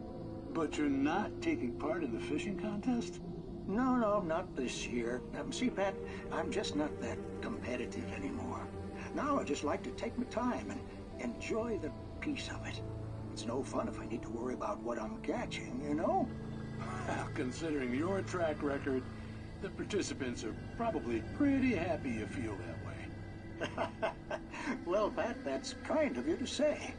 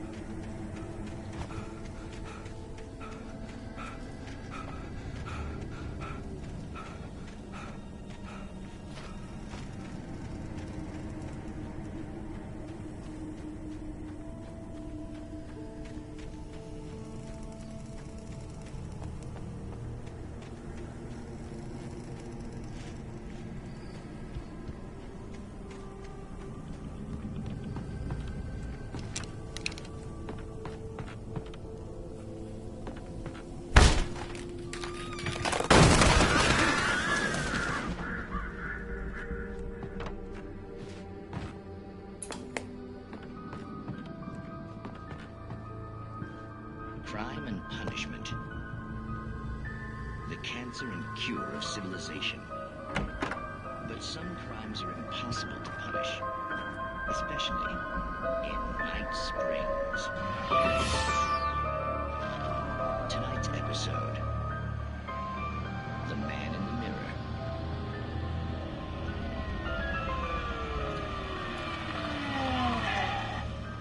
He's inside, Agent. He's a weird one. So, you're confessing to killing that guy, huh? Why? Had it coming? Yeah, well, why would you do that? I mean, you're a nice guy. Normal. Took a kid to a soccer game. So how come at the game, you pick a guy and, quoting from the arresting officer's report here, assault the victim's head area repeatedly with the weapon of choice being a pair of bare fists? Wow, that sentence really throws, huh? Maybe you're not the literary type. Okay, so you mess him up. But why? Who was that guy? We couldn't ID him. Why would a guy like you do him like that? I didn't like his face? Well, you must have hated it, because you really went to town there. I mean, there's no way to tell what he looked like. No ID on him either. That must be difficult. But then we ran the fingerprints. Got a match. Your prints. Identical. Huh, how about that? Your son said you were wearing a white shirt when you took him to the game. The white shirt is on the dead guy. It's plenty red now. You won't get away with this. Do you really think that's in any way relevant to me? I had plenty of time to talk to my boy before the cops arrived, you know? He won't stop screaming, am I right? You think he's ever gonna be okay? I left my mark. Believe me. You bastard. What? You gonna shoot me? What's the point? I'm going to prison. You got me. I don't understand any of this. And you never will. Don't worry. Maybe you'll see me, Agent. Maybe in the mirror.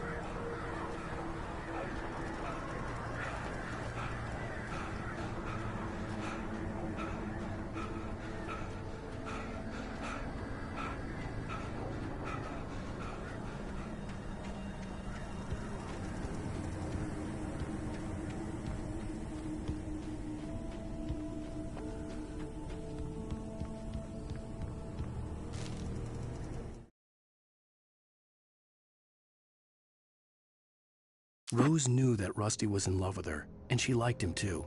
She liked him a lot. He taught her to dance, and life had certainly taught her the value of a man who was gentle. He treated her well, made her smile, made her feel good. But Rusty wasn't the prince of her dreams, and that tended to underline the unbearable truth. She was no closer to that Hollywood magic than he was.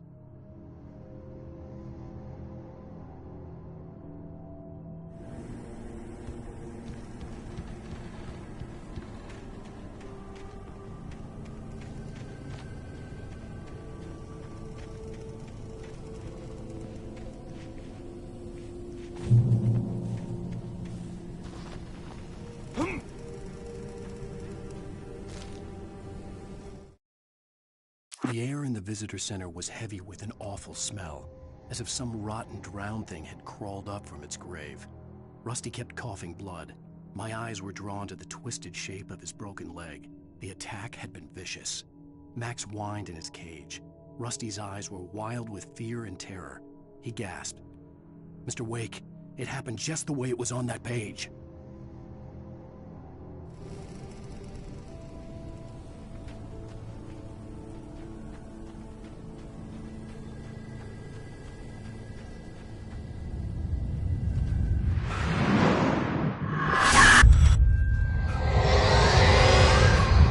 Vision left me weak. This was no head injury.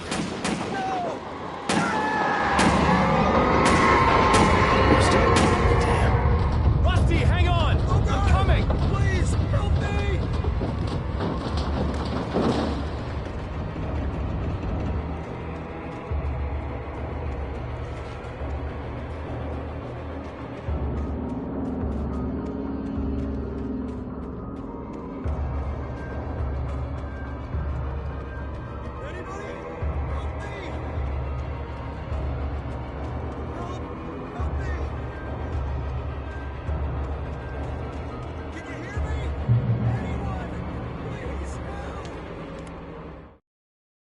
The visitor center was sturdy, but the impact turned the front of the building into splinters. Rusty was thrown across the lobby like a rag doll and hit the far wall hard. It didn't hurt until he tried to move and saw his leg bend the wrong way, felt the broken rib stabbing him on the inside. Rusty howled in pain and fear, suddenly afraid to die alone.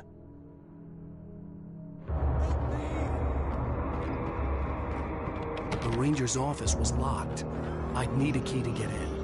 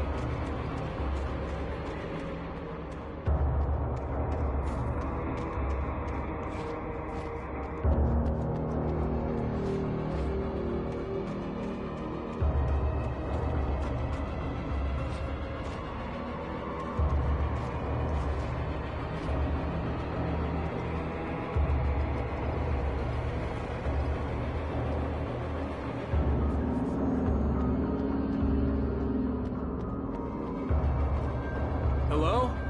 Back here! I'm back here! Hey, please help me!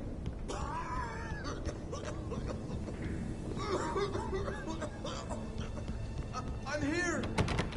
I'm hurt! I can't move!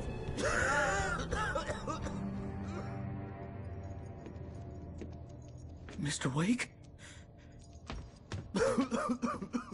Oh, hell. It happened just the way it was on that page. I found. Came true. It knew. So dark. It'll come back for me. You must... The lights. In the office. I have the key. Okay, Rusty. Hang on. I'll be right back. Whatever did this couldn't be far. Rusty had found a page from the manuscript. It would help me understand what had happened. Shh. Good boy.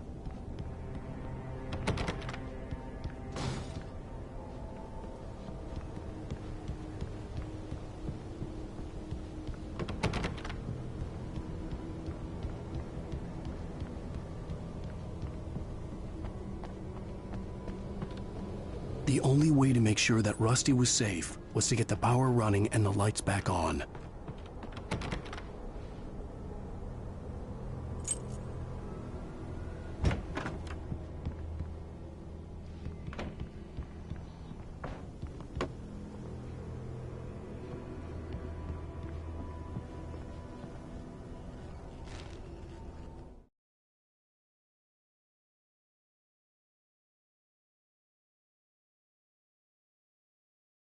At the last instant, I changed direction and threw myself down.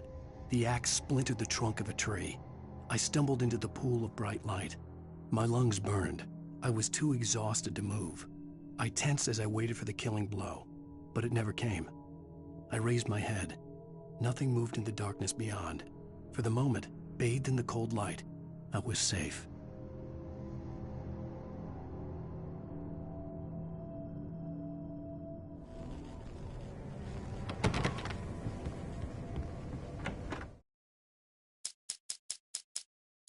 This was a late goodbye. It's true what they say about the fall.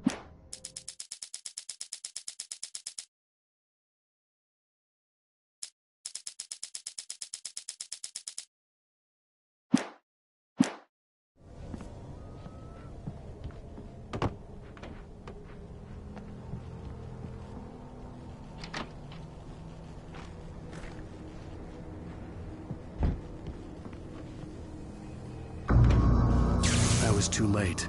Someone had destroyed the circuit breaker. There was no way to get the lights back on. Rusty!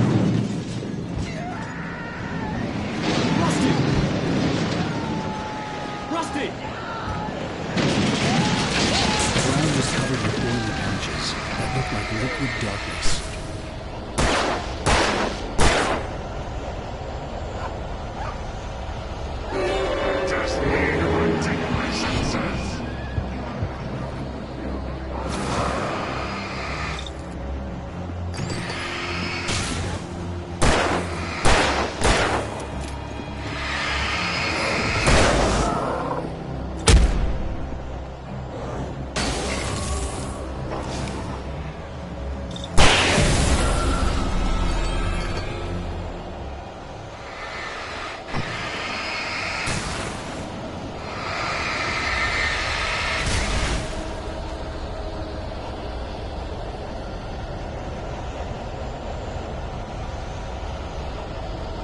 Something had torn a mammoth-sized hole in the wall.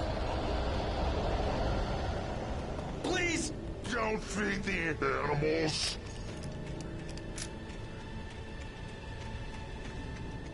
Fishing! For those prisoners who purchase a park license!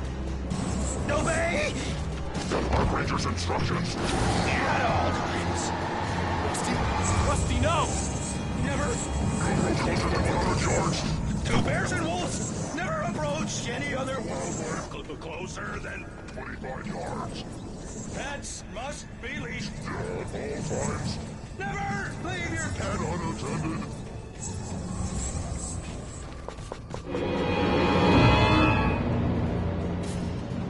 It is against the law to remove any from the park.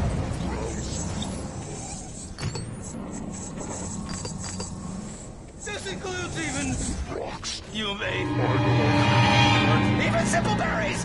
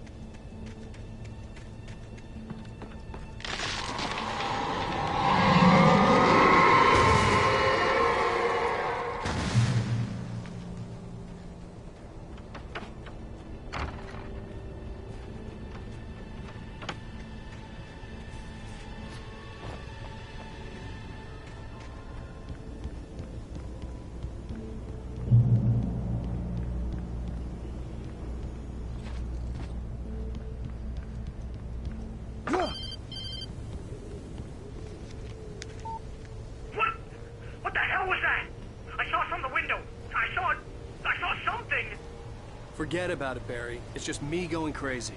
Oh, jeez. Oh, jeez. You're not crazy. I wish you were crazy, but you're not crazy. Ow, be careful. Stay in the cabin. Don't open the door for anyone. I mean it.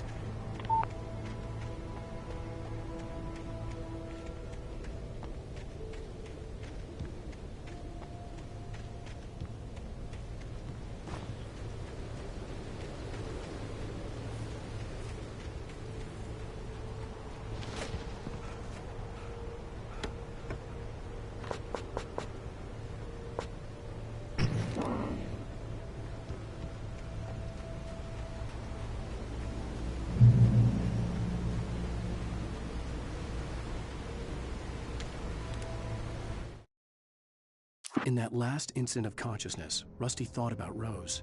He was older than she was. Rose was barely out of her teens, but she made him feel young and forget what a train wreck his long-dead marriage had been. He still wore the ring. He'd been waiting for her to tell him to take it off. Now she never would.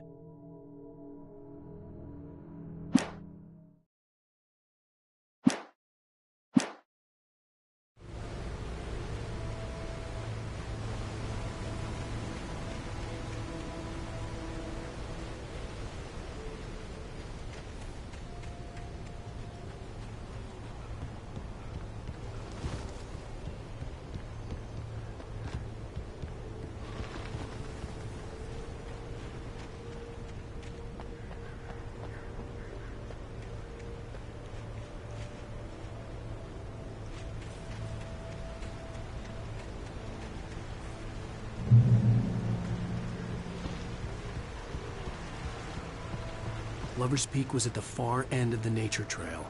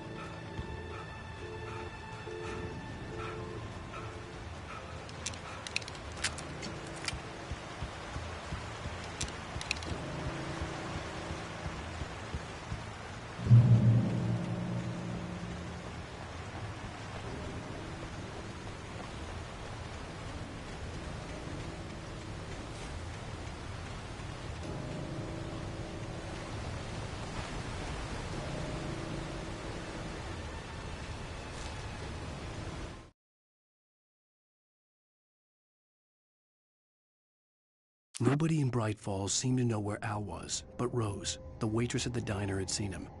From what Barry could tell, Al pretty much fell off the face of the earth when he left the diner. Rose was just the kind of fan that Al hated, but she really tried to help.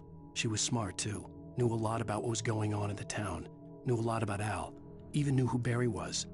Barry liked her. That was no big surprise. When it came to women, Barry and Al rarely saw eye to eye.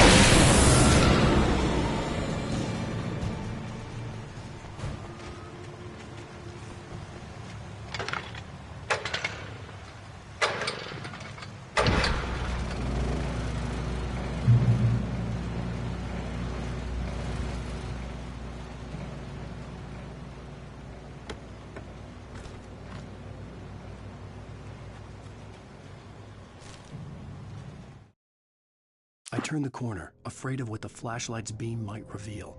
Suddenly, a roughly painted symbol of a torch glowed in the light. Behind it, hidden by a rock, sat a battered metal trunk. It was here for a reason, packed with supplies, batteries, flares, ammo, things you need to make it through the darkness of the night. Something left behind by someone who knew what I knew, and more.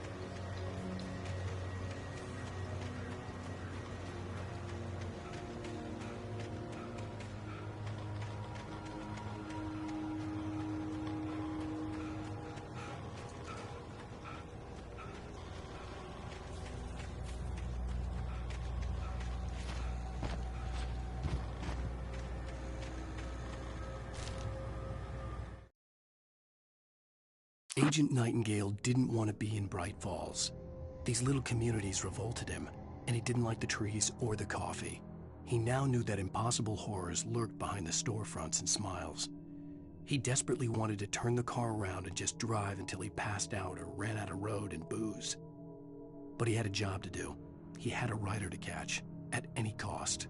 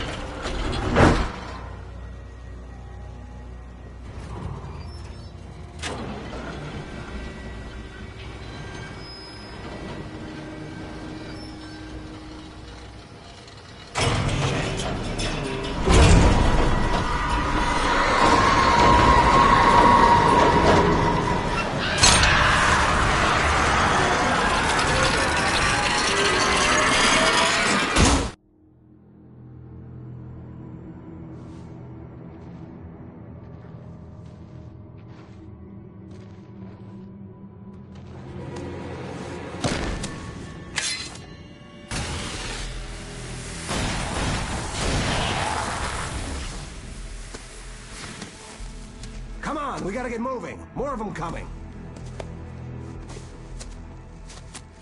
That flashlight's kid stuff. The flares will keep the bastards away.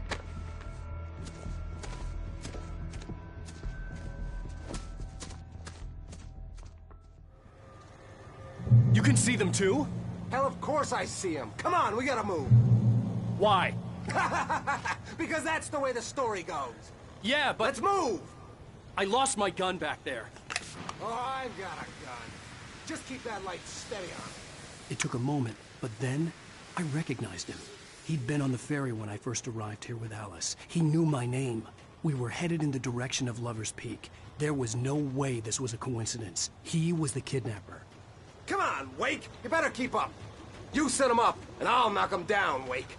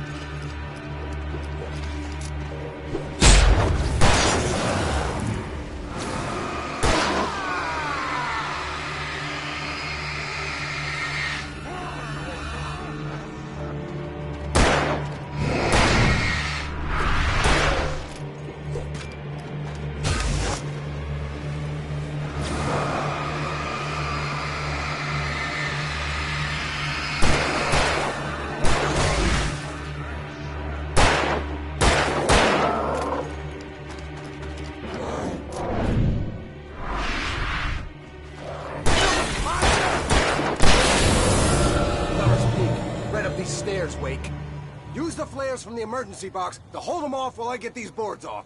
Give me the gun. Yeah, no can do, Wake. Are you kidding? Give me the gun! No time for back talk. Hold them off, damn it.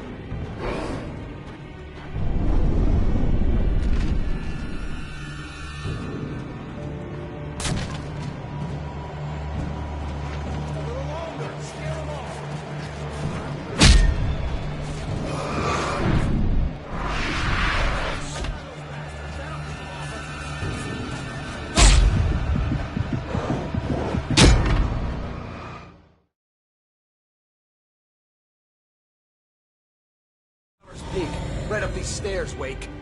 Use the flares from the emergency box to hold them off while I get these boards off. Give me the gun. Yeah, no can do, Wake. Are you kidding? Give me the gun! No time for back talk. Hold them off, damn it.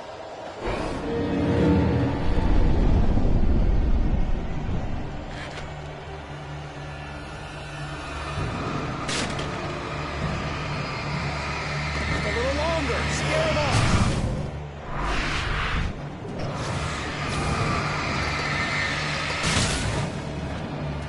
Get some light on those bastards. That'll keep them off us.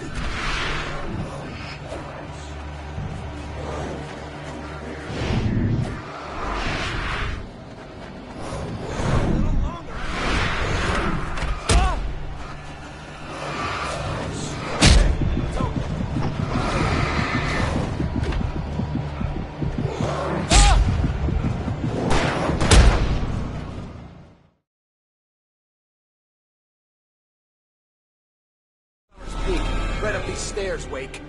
Use the flares from the emergency box to hold them off while I get these boards off. Give me the gun. Yeah, no can do, Wake. Are you kidding? Give me the gun!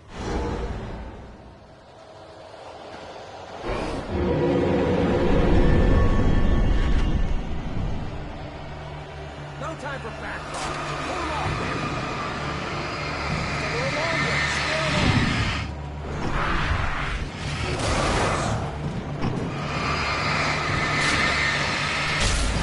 Get some light on those bastards. That'll keep them off us.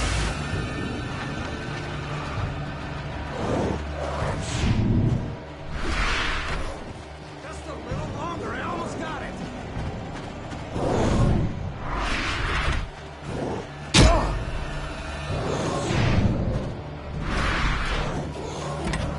Okay, it's over.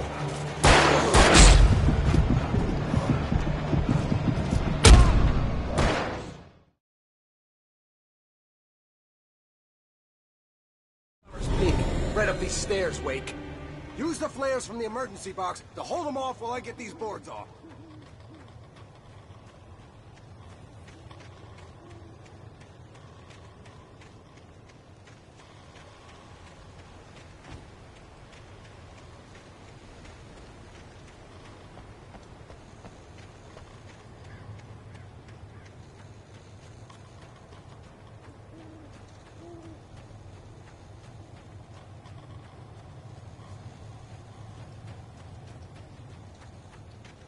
Give me the gun. Yeah, no can do, Wake. Are you kidding? Give me the gun! No time for back talk.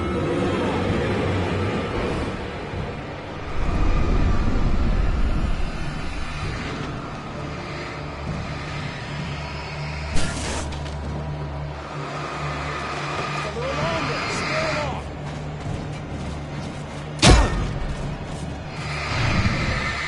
Some light on those bastards. That'll keep them off.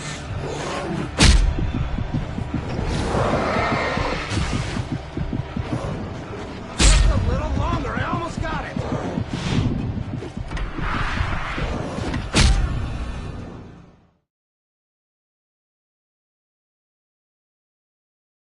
Peek, right up these stairs, Wake. Use the flares from the emergency box to hold them off while I get these boards off. Give me the gun. Yeah, no can do, Wake. Are you kidding? Give me the gun! No time for back talk. Hold off, damn it.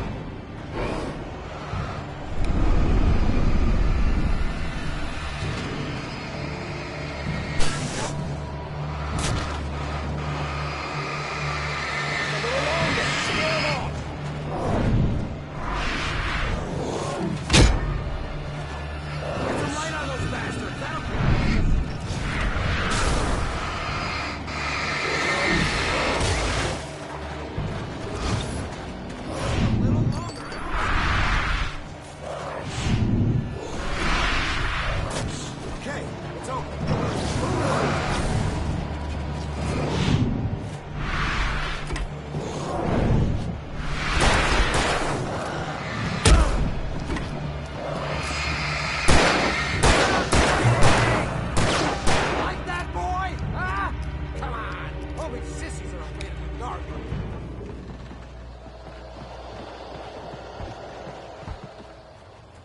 better get ready.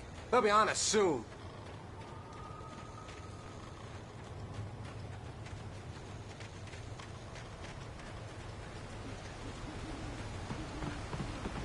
This is it, Wake. Last stand. There's more flares here. Get ready.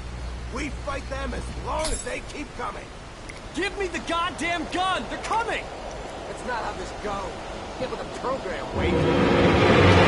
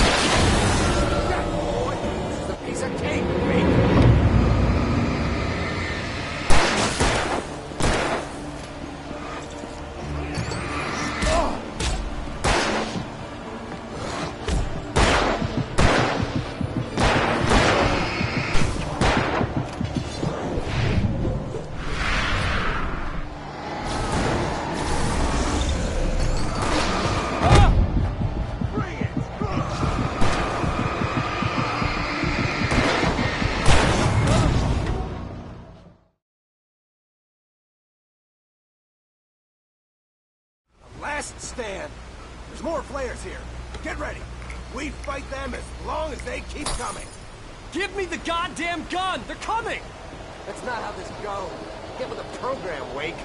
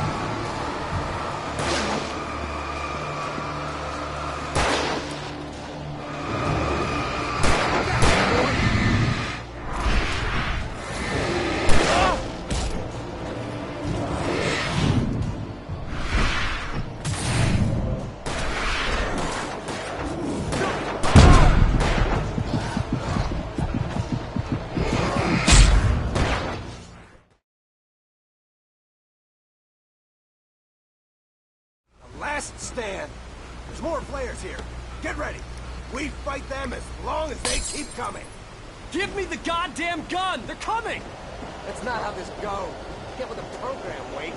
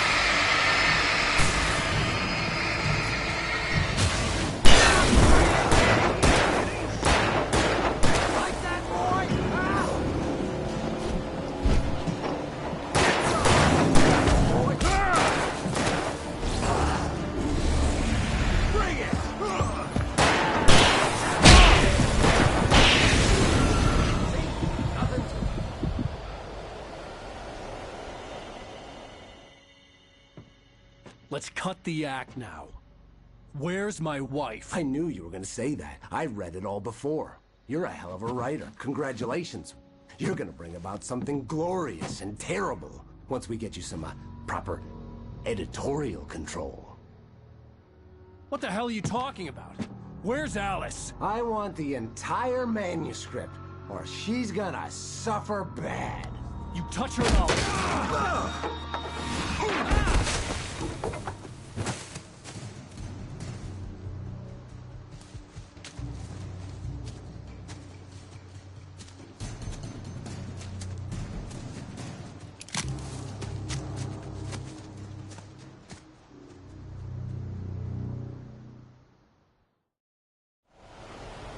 You're gonna give me the manuscript or you'll be sorry. No! Come back here! I swear I'll kill you if you hurt Alice! Do you hear me? Come back here! He had Alice, and he wanted the manuscript because he thought it held some magical power. But I had no manuscript to give him. I had to get back to Barry and figure out my next move. On more than one occasion, Alice had tried to explain to me how it felt to be afraid of the dark. To her, darkness wasn't simply the absence of light, but something more tangible than that. It was something you could touch and feel.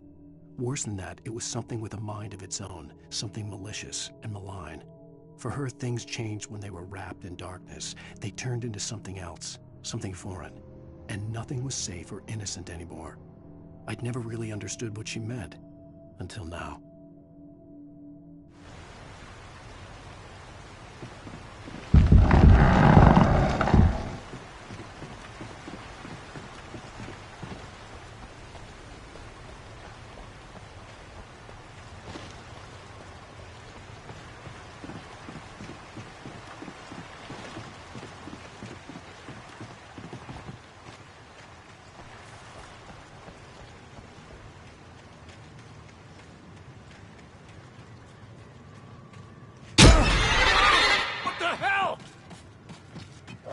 Rusty had warned me about these traps. I was stuck.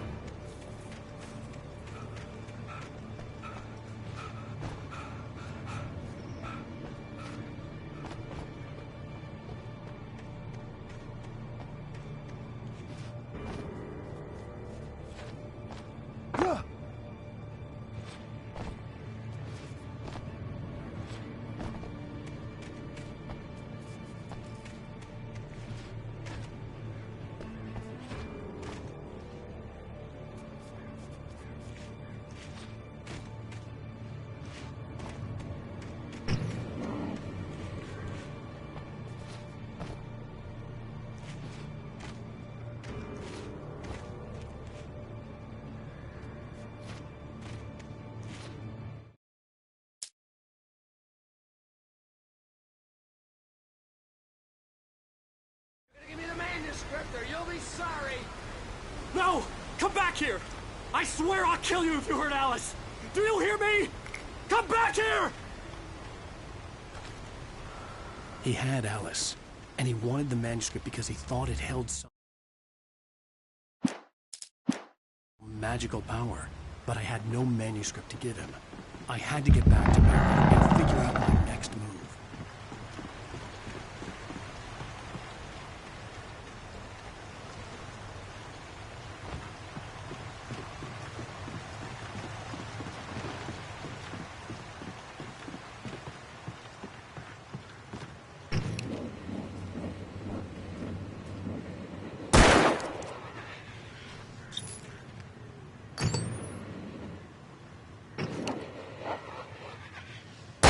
Warn me about these traps. I wouldn't want to get caught in one of them.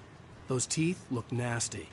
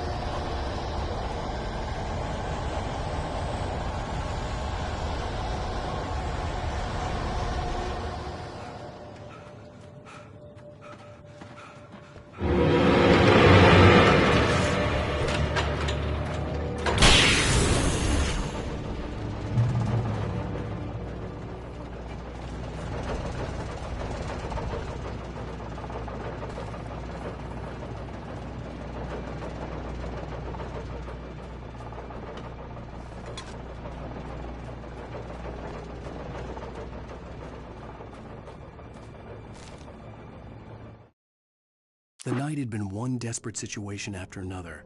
I was exhausted, and my body felt as though it had been chewed up and spat out. The flashlight was heavy in my hand, and each pull of the trigger sent a painful shock up my arm. But I was finally out of the woods, and things were looking up. That's when I heard the chainsaw.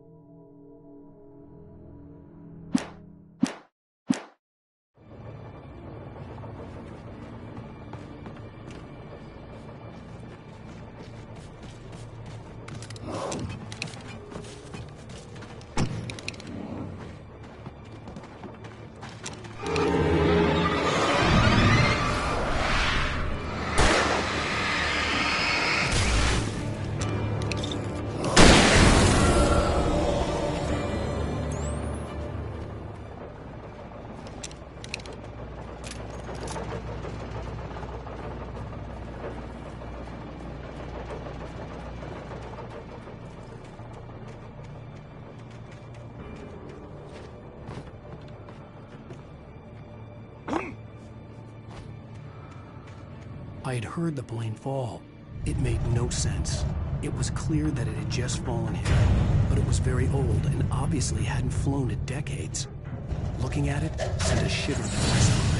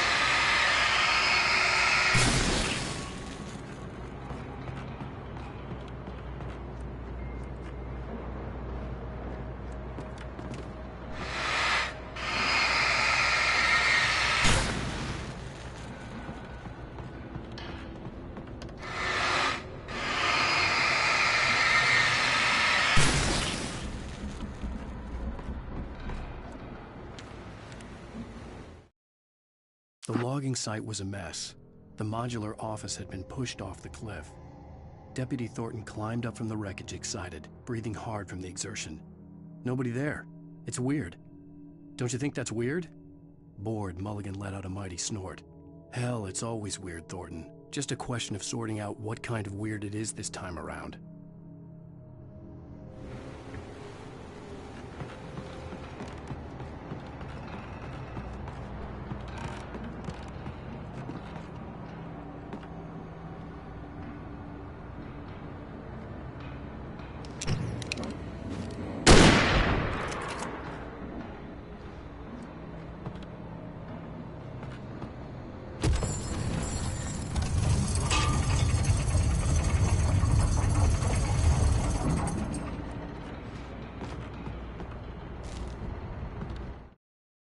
When Barry saw the darkness attack the visitor center, it made him a believer. The men Al said he'd shot, they hadn't been just locals on crank. Somehow the world had changed, like the channel had been switched without warning. You think you're watching a sitcom, and you're really watching a horror show. When the birds started attacking the cabin, Barry wasn't surprised, just terrified.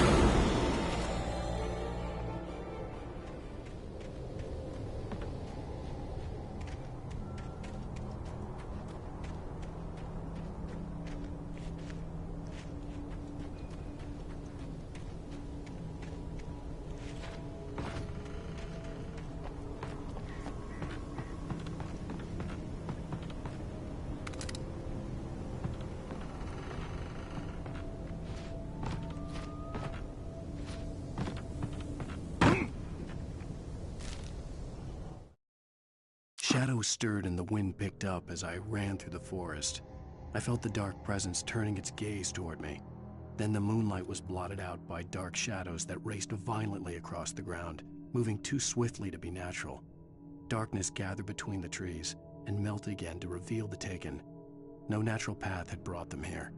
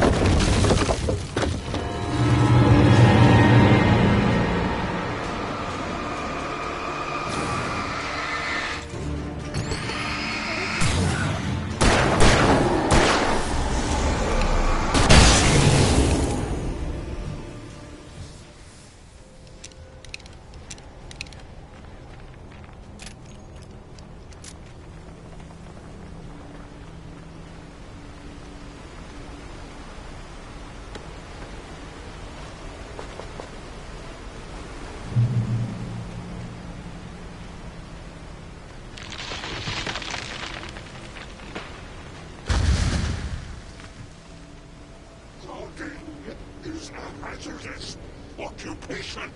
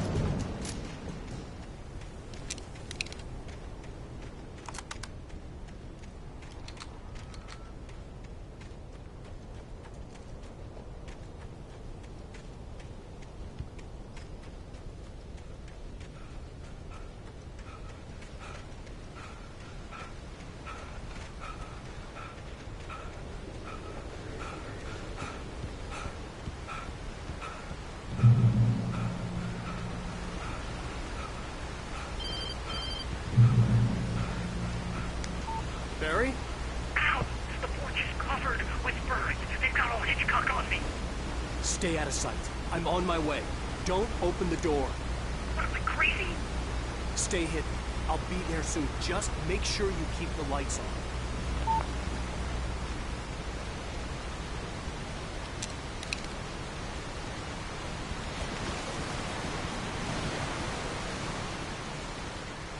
I still had to reach Barry at the cabin, but at least I was out of the woods.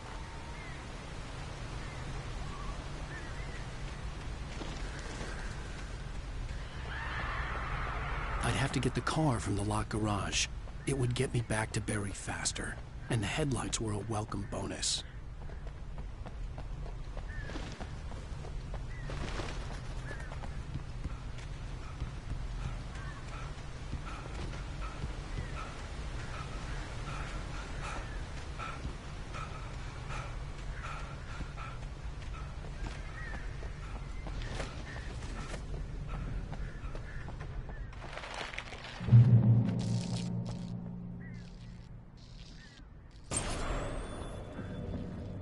A story is not a machine that does what you tell it.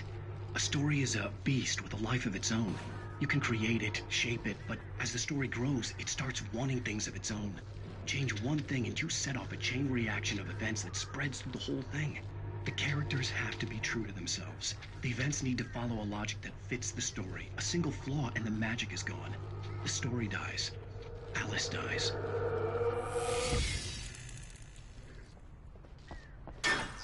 You can harm yourself.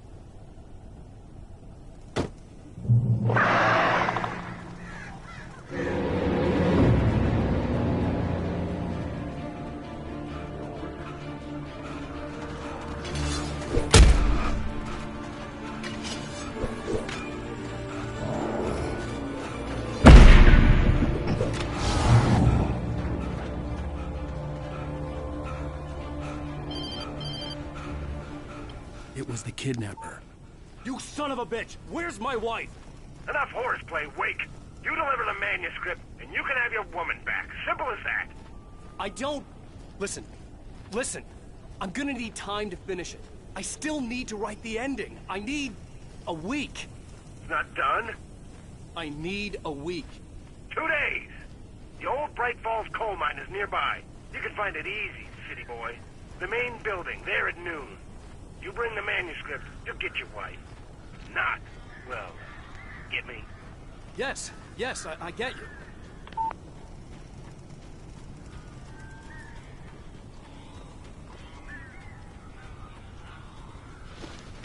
Barry had talked about birds over the phone.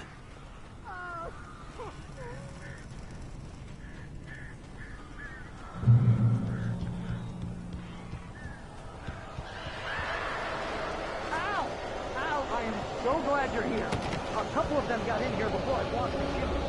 This isn't normal. These birds are weird.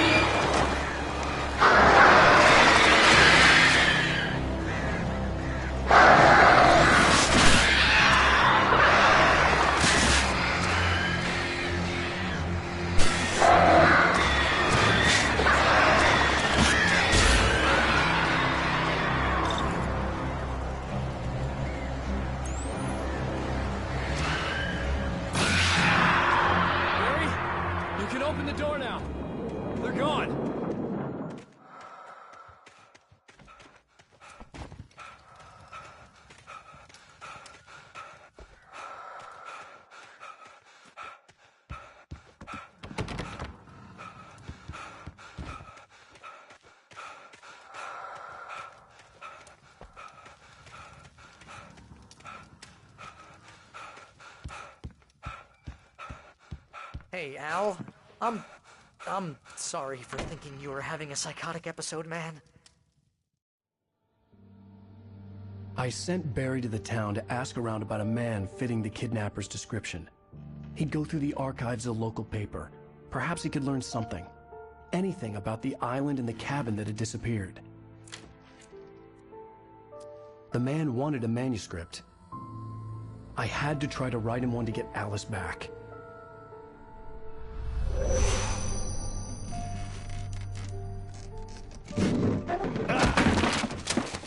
For me, the supernatural had always been nothing but a metaphor for the human psyche, a tool to use in writing fiction. Now, it was happening for real, and I couldn't put a single word on paper.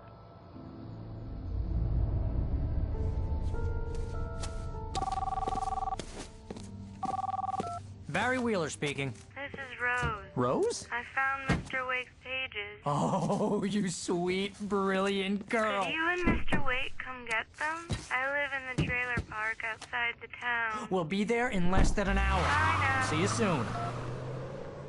Have a great day. Hope you come back soon. Welcome to the Oh Dear Diner. Good girl.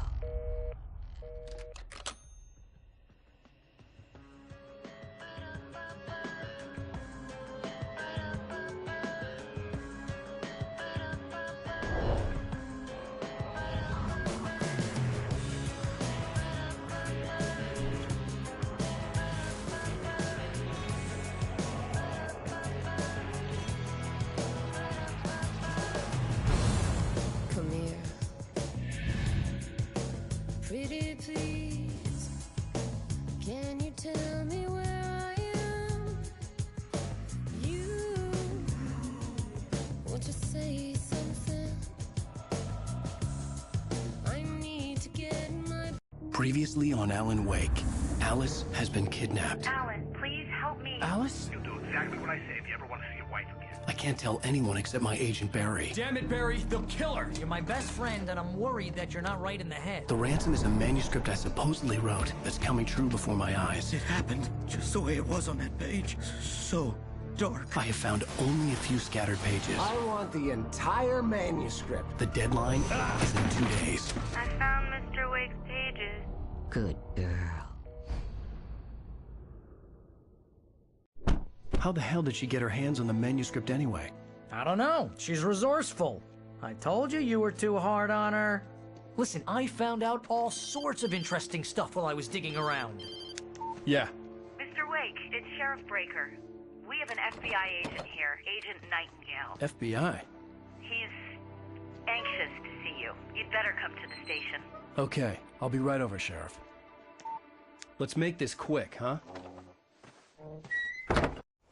Help you folks? Name's Randolph. I'm the manager. We're looking for Rose. Works as a waitress down at the diner. Rose, sure. Nice girl. Who wants to know? I'm Alan Wake. A writer, huh? I heard on the radio you were visiting. Well, I'll show you her trailer. That Rose, she's a nice girl. Always pays her rent on time. As I was saying, Al, I found all sorts of weird stuff from the local newspaper's archives. This place is crazy. Disappearances, mysterious deaths, urban legends come true, and, get this, most of this stuff takes place around Cauldron Lake. Well, you ain't wrong, mister. The Indians thought the lake was a doorway to the underworld. I'm the God-fearing type myself. I don't hold with that sort of thing. Yeah, okay. Anyway, there was an island there owned by a guy called Thomas Zane.